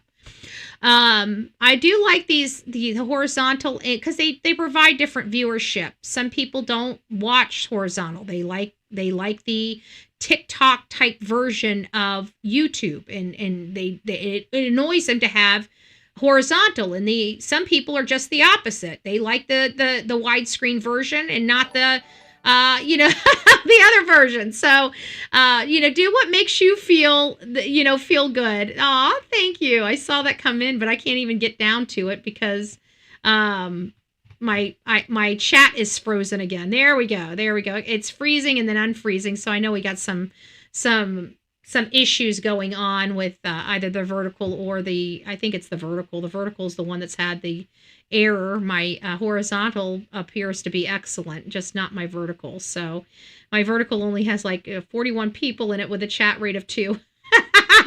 So we love you, vertical people. We love you. We love you. Thank you guys. I appreciate that. Yeah, we're kind of circling back to this case because we've got another case called Rebecca Park. And her mother did the absolute unthinkable, and her stepfather. She was pregnant. She was getting ready to deliver her baby.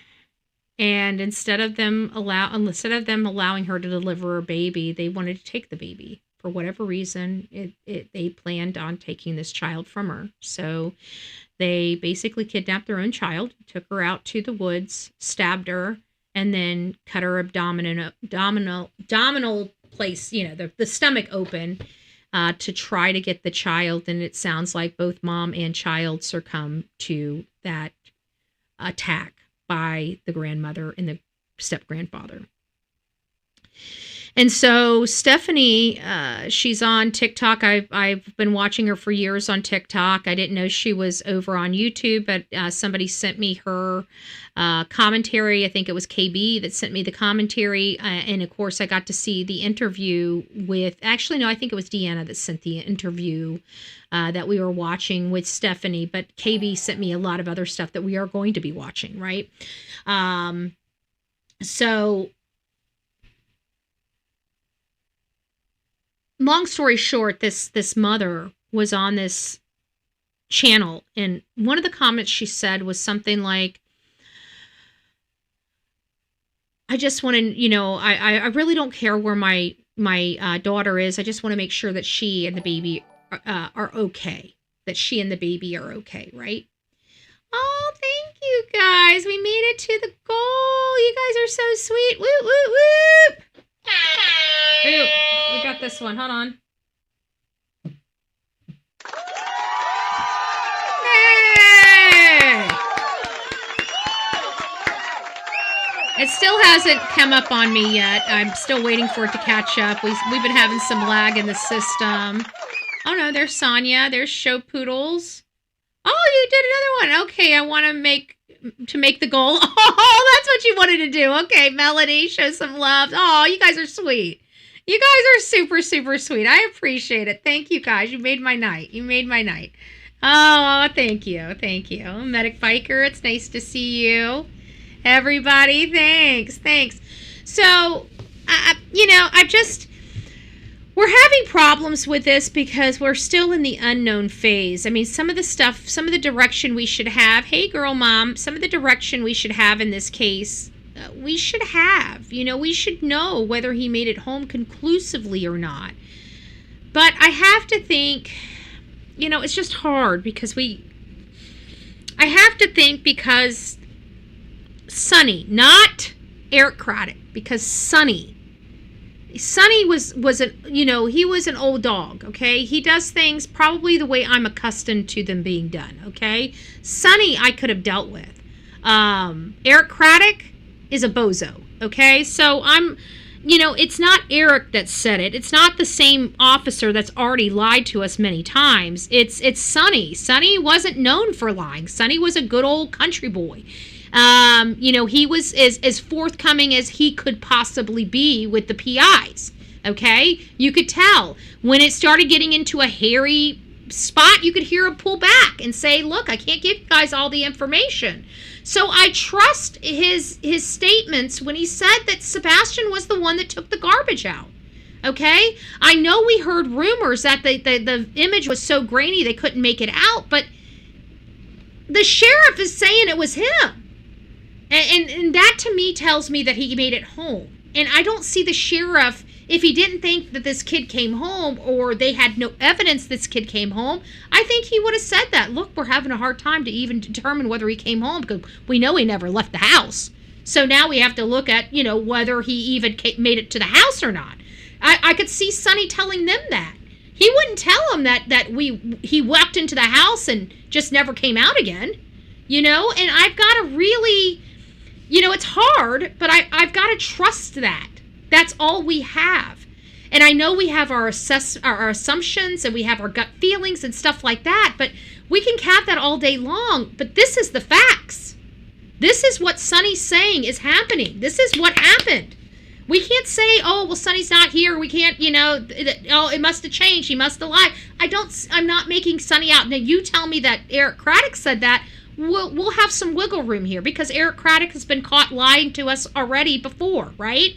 And he may have lied about the false positive of the hit just to keep that under wraps because he didn't want that out, right?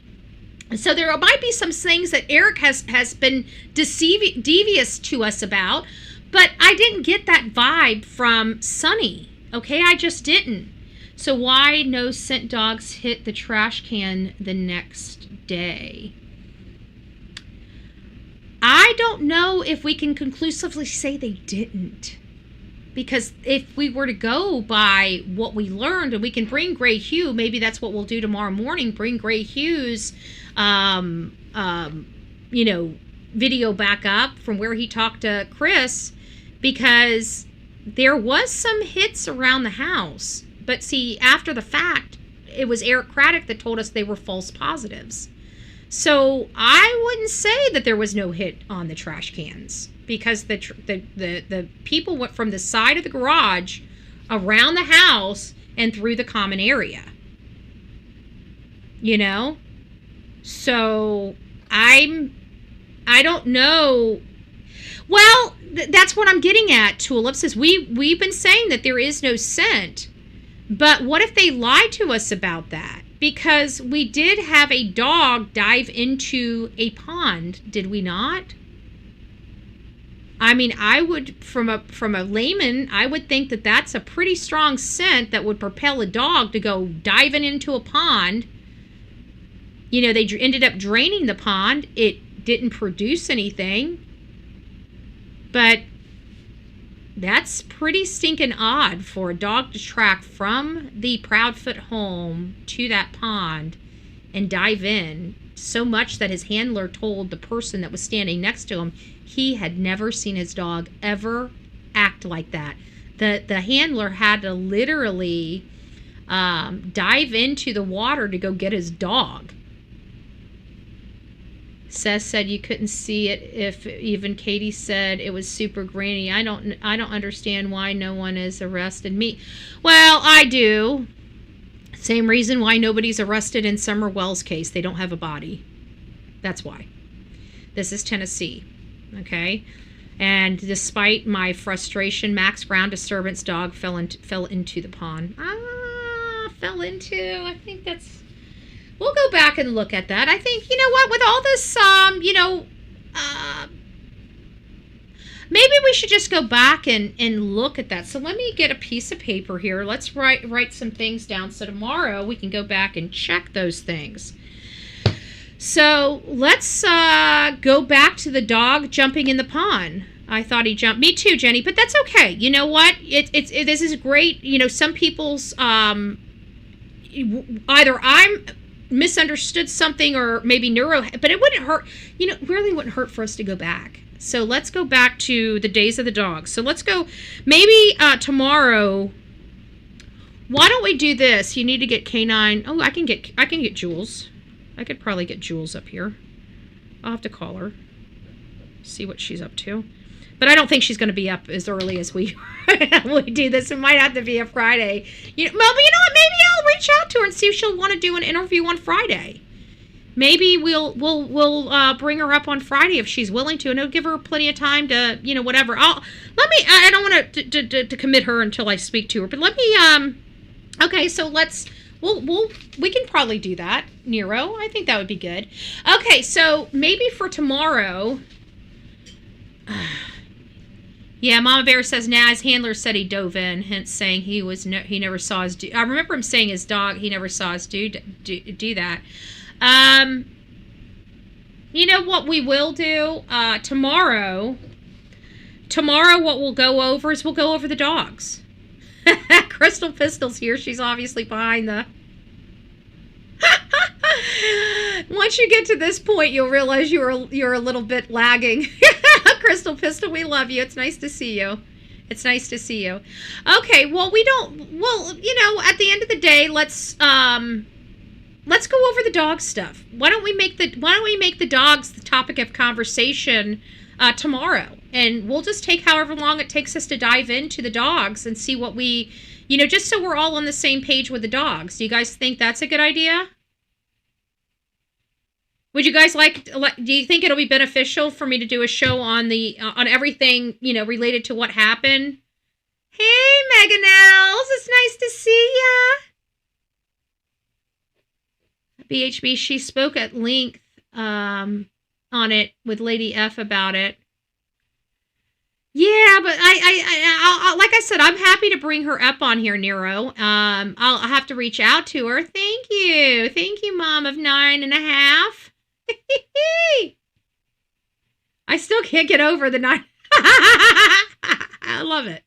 That's cute. I don't know if you got bread in the oven or you got a toddler around, a little infant. I'm trying to figure it out. trying to figure it out. But anyways, thank you so much for that. I appreciate it. Yeah, I understand, and she very well may have, but we're going off, and again, you'll find out very, very well. And well, actually, Neuro, you've been around here long enough to know that I go off the information somebody's, assumption or how they perceive something may be different how I perceive something. So I'll reach out to her, see about getting her on the show this week if possible, and see what she can do. But I think for tomorrow, for our show tomorrow, I think we should revisit everything, dog related and tracking related from that day. I think that, how could that possibly be a bad thing? Jules said TBI took a small piece of carpet from Sebastian's room for the dog.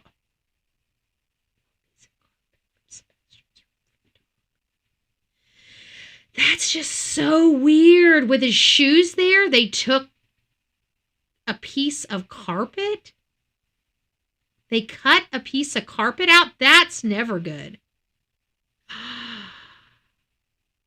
I have never, we hear shoes, underwear is a great place for scent, socks are a great place for scent, but to cut a piece of carpet from Sebastian's room?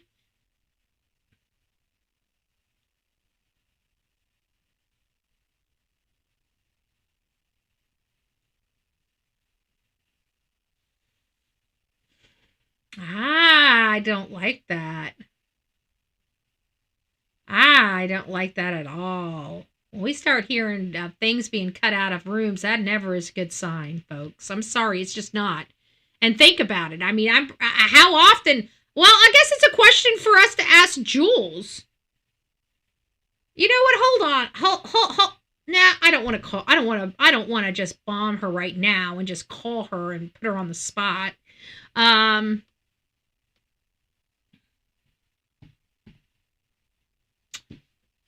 You know what? I am gonna. We're asking Google. How often does law enforcement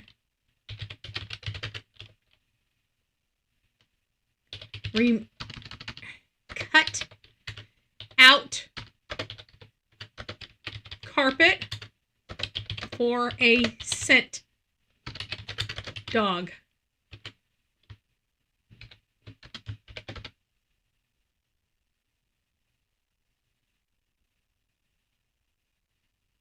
Yeah. I'm telling you, there's just something not kosher with all that. If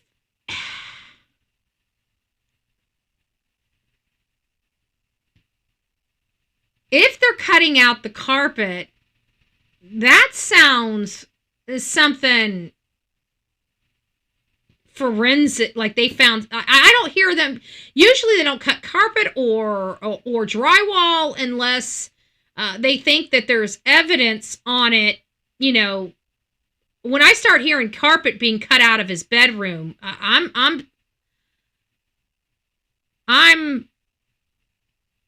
that doesn't even, especially with his shoes being right there. Because we watched the whole search for Madeline Soto, and they were at this church and they had a search dog. Hey, Pussy Willow Pendercat, it's nice to see you. Mandy Dubitz, nice to see you. Not sure, I don't know.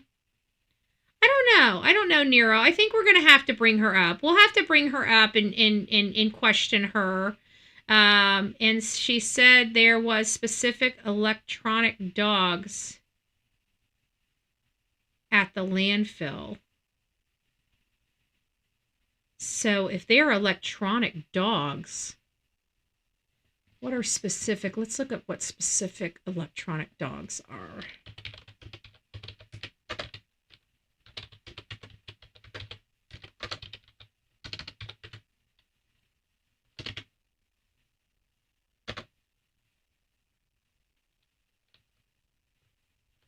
Dog function.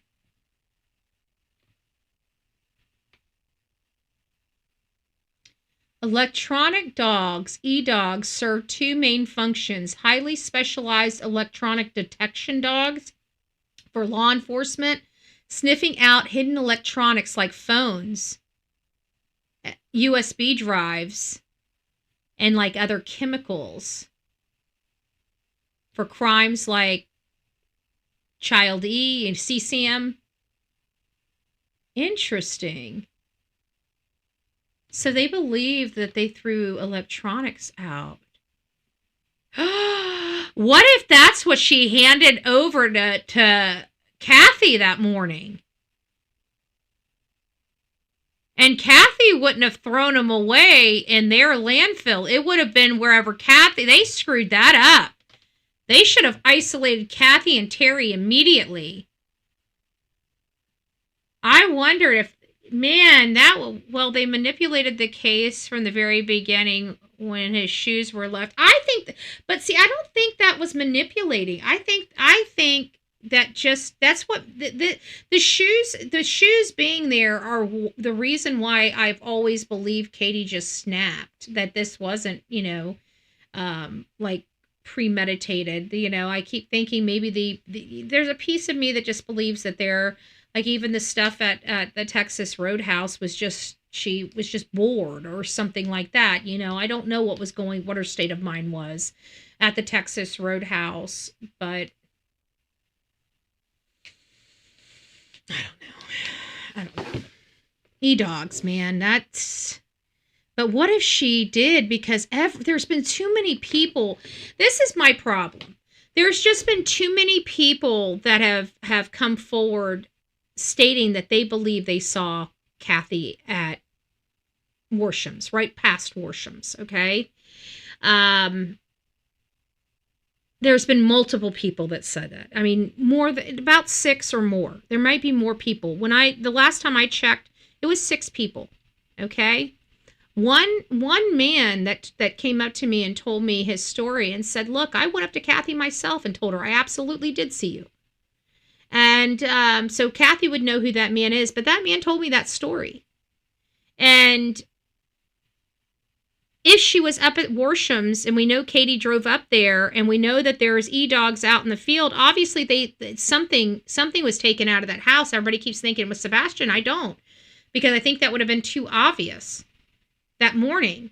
And everybody kept saying it had to have been evidence. But what evidence? I was thinking of like maybe cleaning towels or stuff to clean stuff up with or stuff like that. But now that we have this new tidbit of information that there were e-dogs out there in the landfill, that's implying that maybe they were looking for phones, because maybe they believe that there was communications on burners. People had brought up burners in the past. This also might be, people were talking about how in the world can this woman work for Brinks and not have security cameras. And this has been a very hot topic because of the way people have asked him about the cameras in the house, in the weird way that they've been answering the camera issue. They've never really answered it. They give weird answers, but it's never really answering it. He has conflicting statements about phone pings too. Yeah, it's just, it's weird.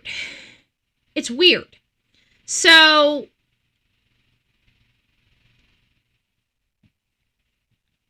were some of the cameras there, recorded by SD cards as opposed to being on a cloud? They must have believed something. Hey, Nanny, it's nice to see you, Patty. That something was going to be found in that landfill. They didn't find it. They knew something was missing, but what if they gave it to Kathy?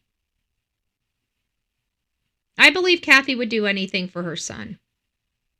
I think she's just I think she screwed up her son. I think she was a floozy when he was younger. I think she brought a lot of men home. And I think a few of those men abused Chris, either SA'd him or just was very, very highly abusive toward him.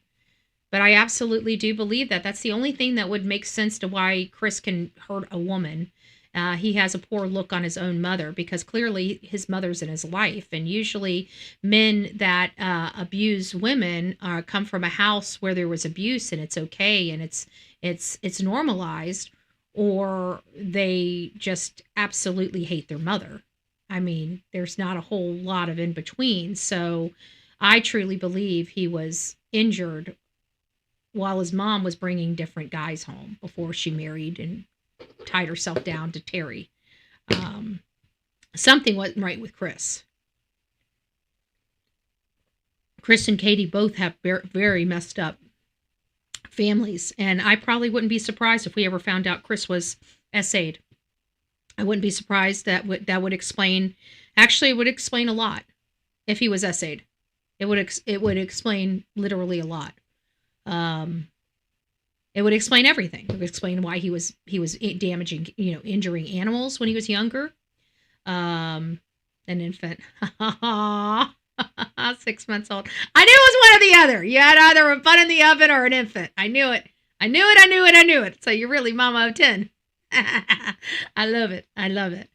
Well, you have a great evening. All you guys have a great evening. We're going to have to hit this again tomorrow. There's so much on this case. And now, we're kind of opening up different points. I don't think we're opening up new points topic. I think we're going back to revisit some things to clarify things for ourselves. So I think tomorrow we're going to go back to the beginning and look at the history with the dogs.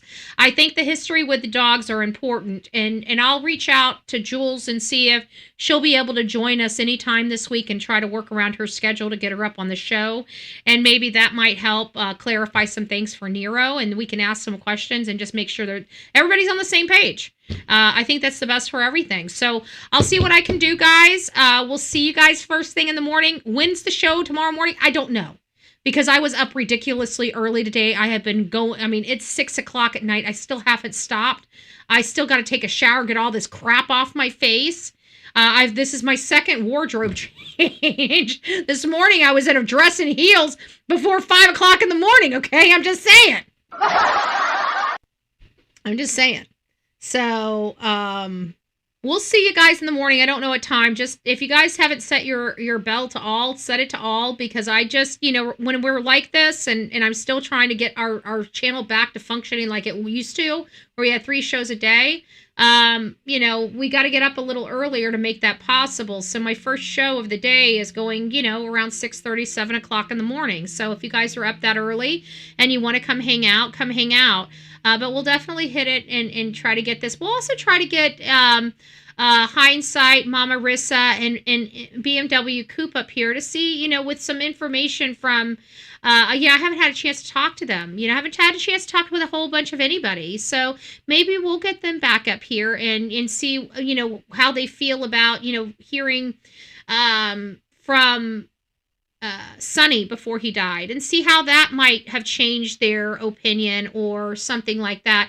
And maybe we'll just get up here and just try to do like maybe some stuff so we can get clarification and get all on the same page. At the end of the day, we want the truth. We want to find out what happened, the truth about Sebastian Rogers. And I just want this uneasy feeling in the pit of my stomach to go away. I just want him found. Okay. If he's deceased, he's deceased. If he's alive, he's alive. We want him to be alive. We want him to be with his dad. But we're going on a 2-year milestone. So the idea that we keep saying that there's no possibility of him being deceased, is wrong. It's just wrong. I want people to keep looking for him. I want people to be out in the field looking for him. I want them to be out in the woods looking for him.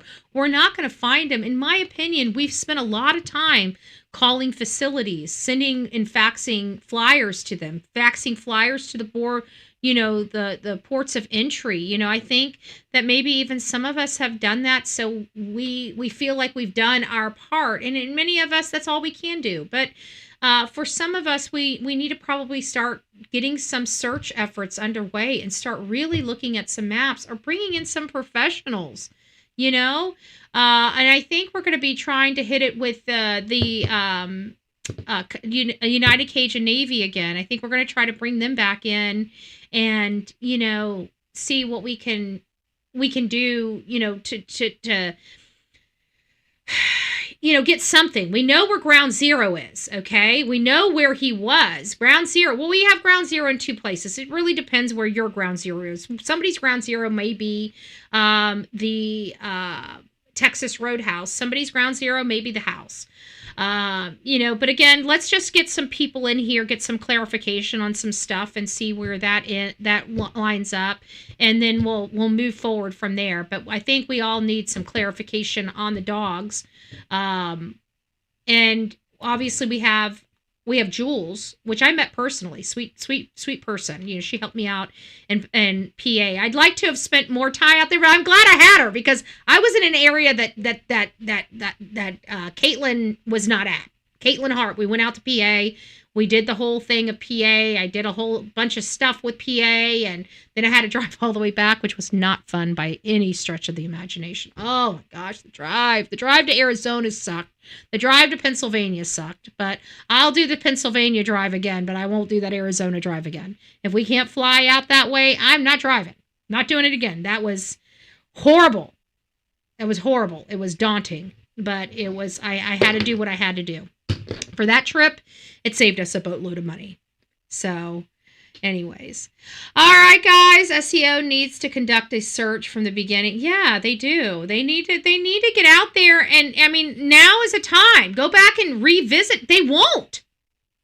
This is the most frustrating law enforcement I have never met a law enforcement body that wasn't willing to do everything they possibly could do to close a case. I just have never seen it. And it's the most depressing thing to watch. It's the most helpless and hopeless thing to watch. Sumner County Sheriff has really lost a lot of faith. We have such high hope for law enforcement, but when crap like this happens, it's horrible. I'm done. Okay. Anyways, guys, I love you. God bless you. Take care. Rock it out with your coffee beans out. Don't forget to be fearless. If you see something, say something. My dog is at my feet. She just wants my attention. So I'm going to have to let y'all go. I just want to tell you, I do love you. And we will see you on the flip side, right? We'll see you on the flip side. Thank you guys so very much for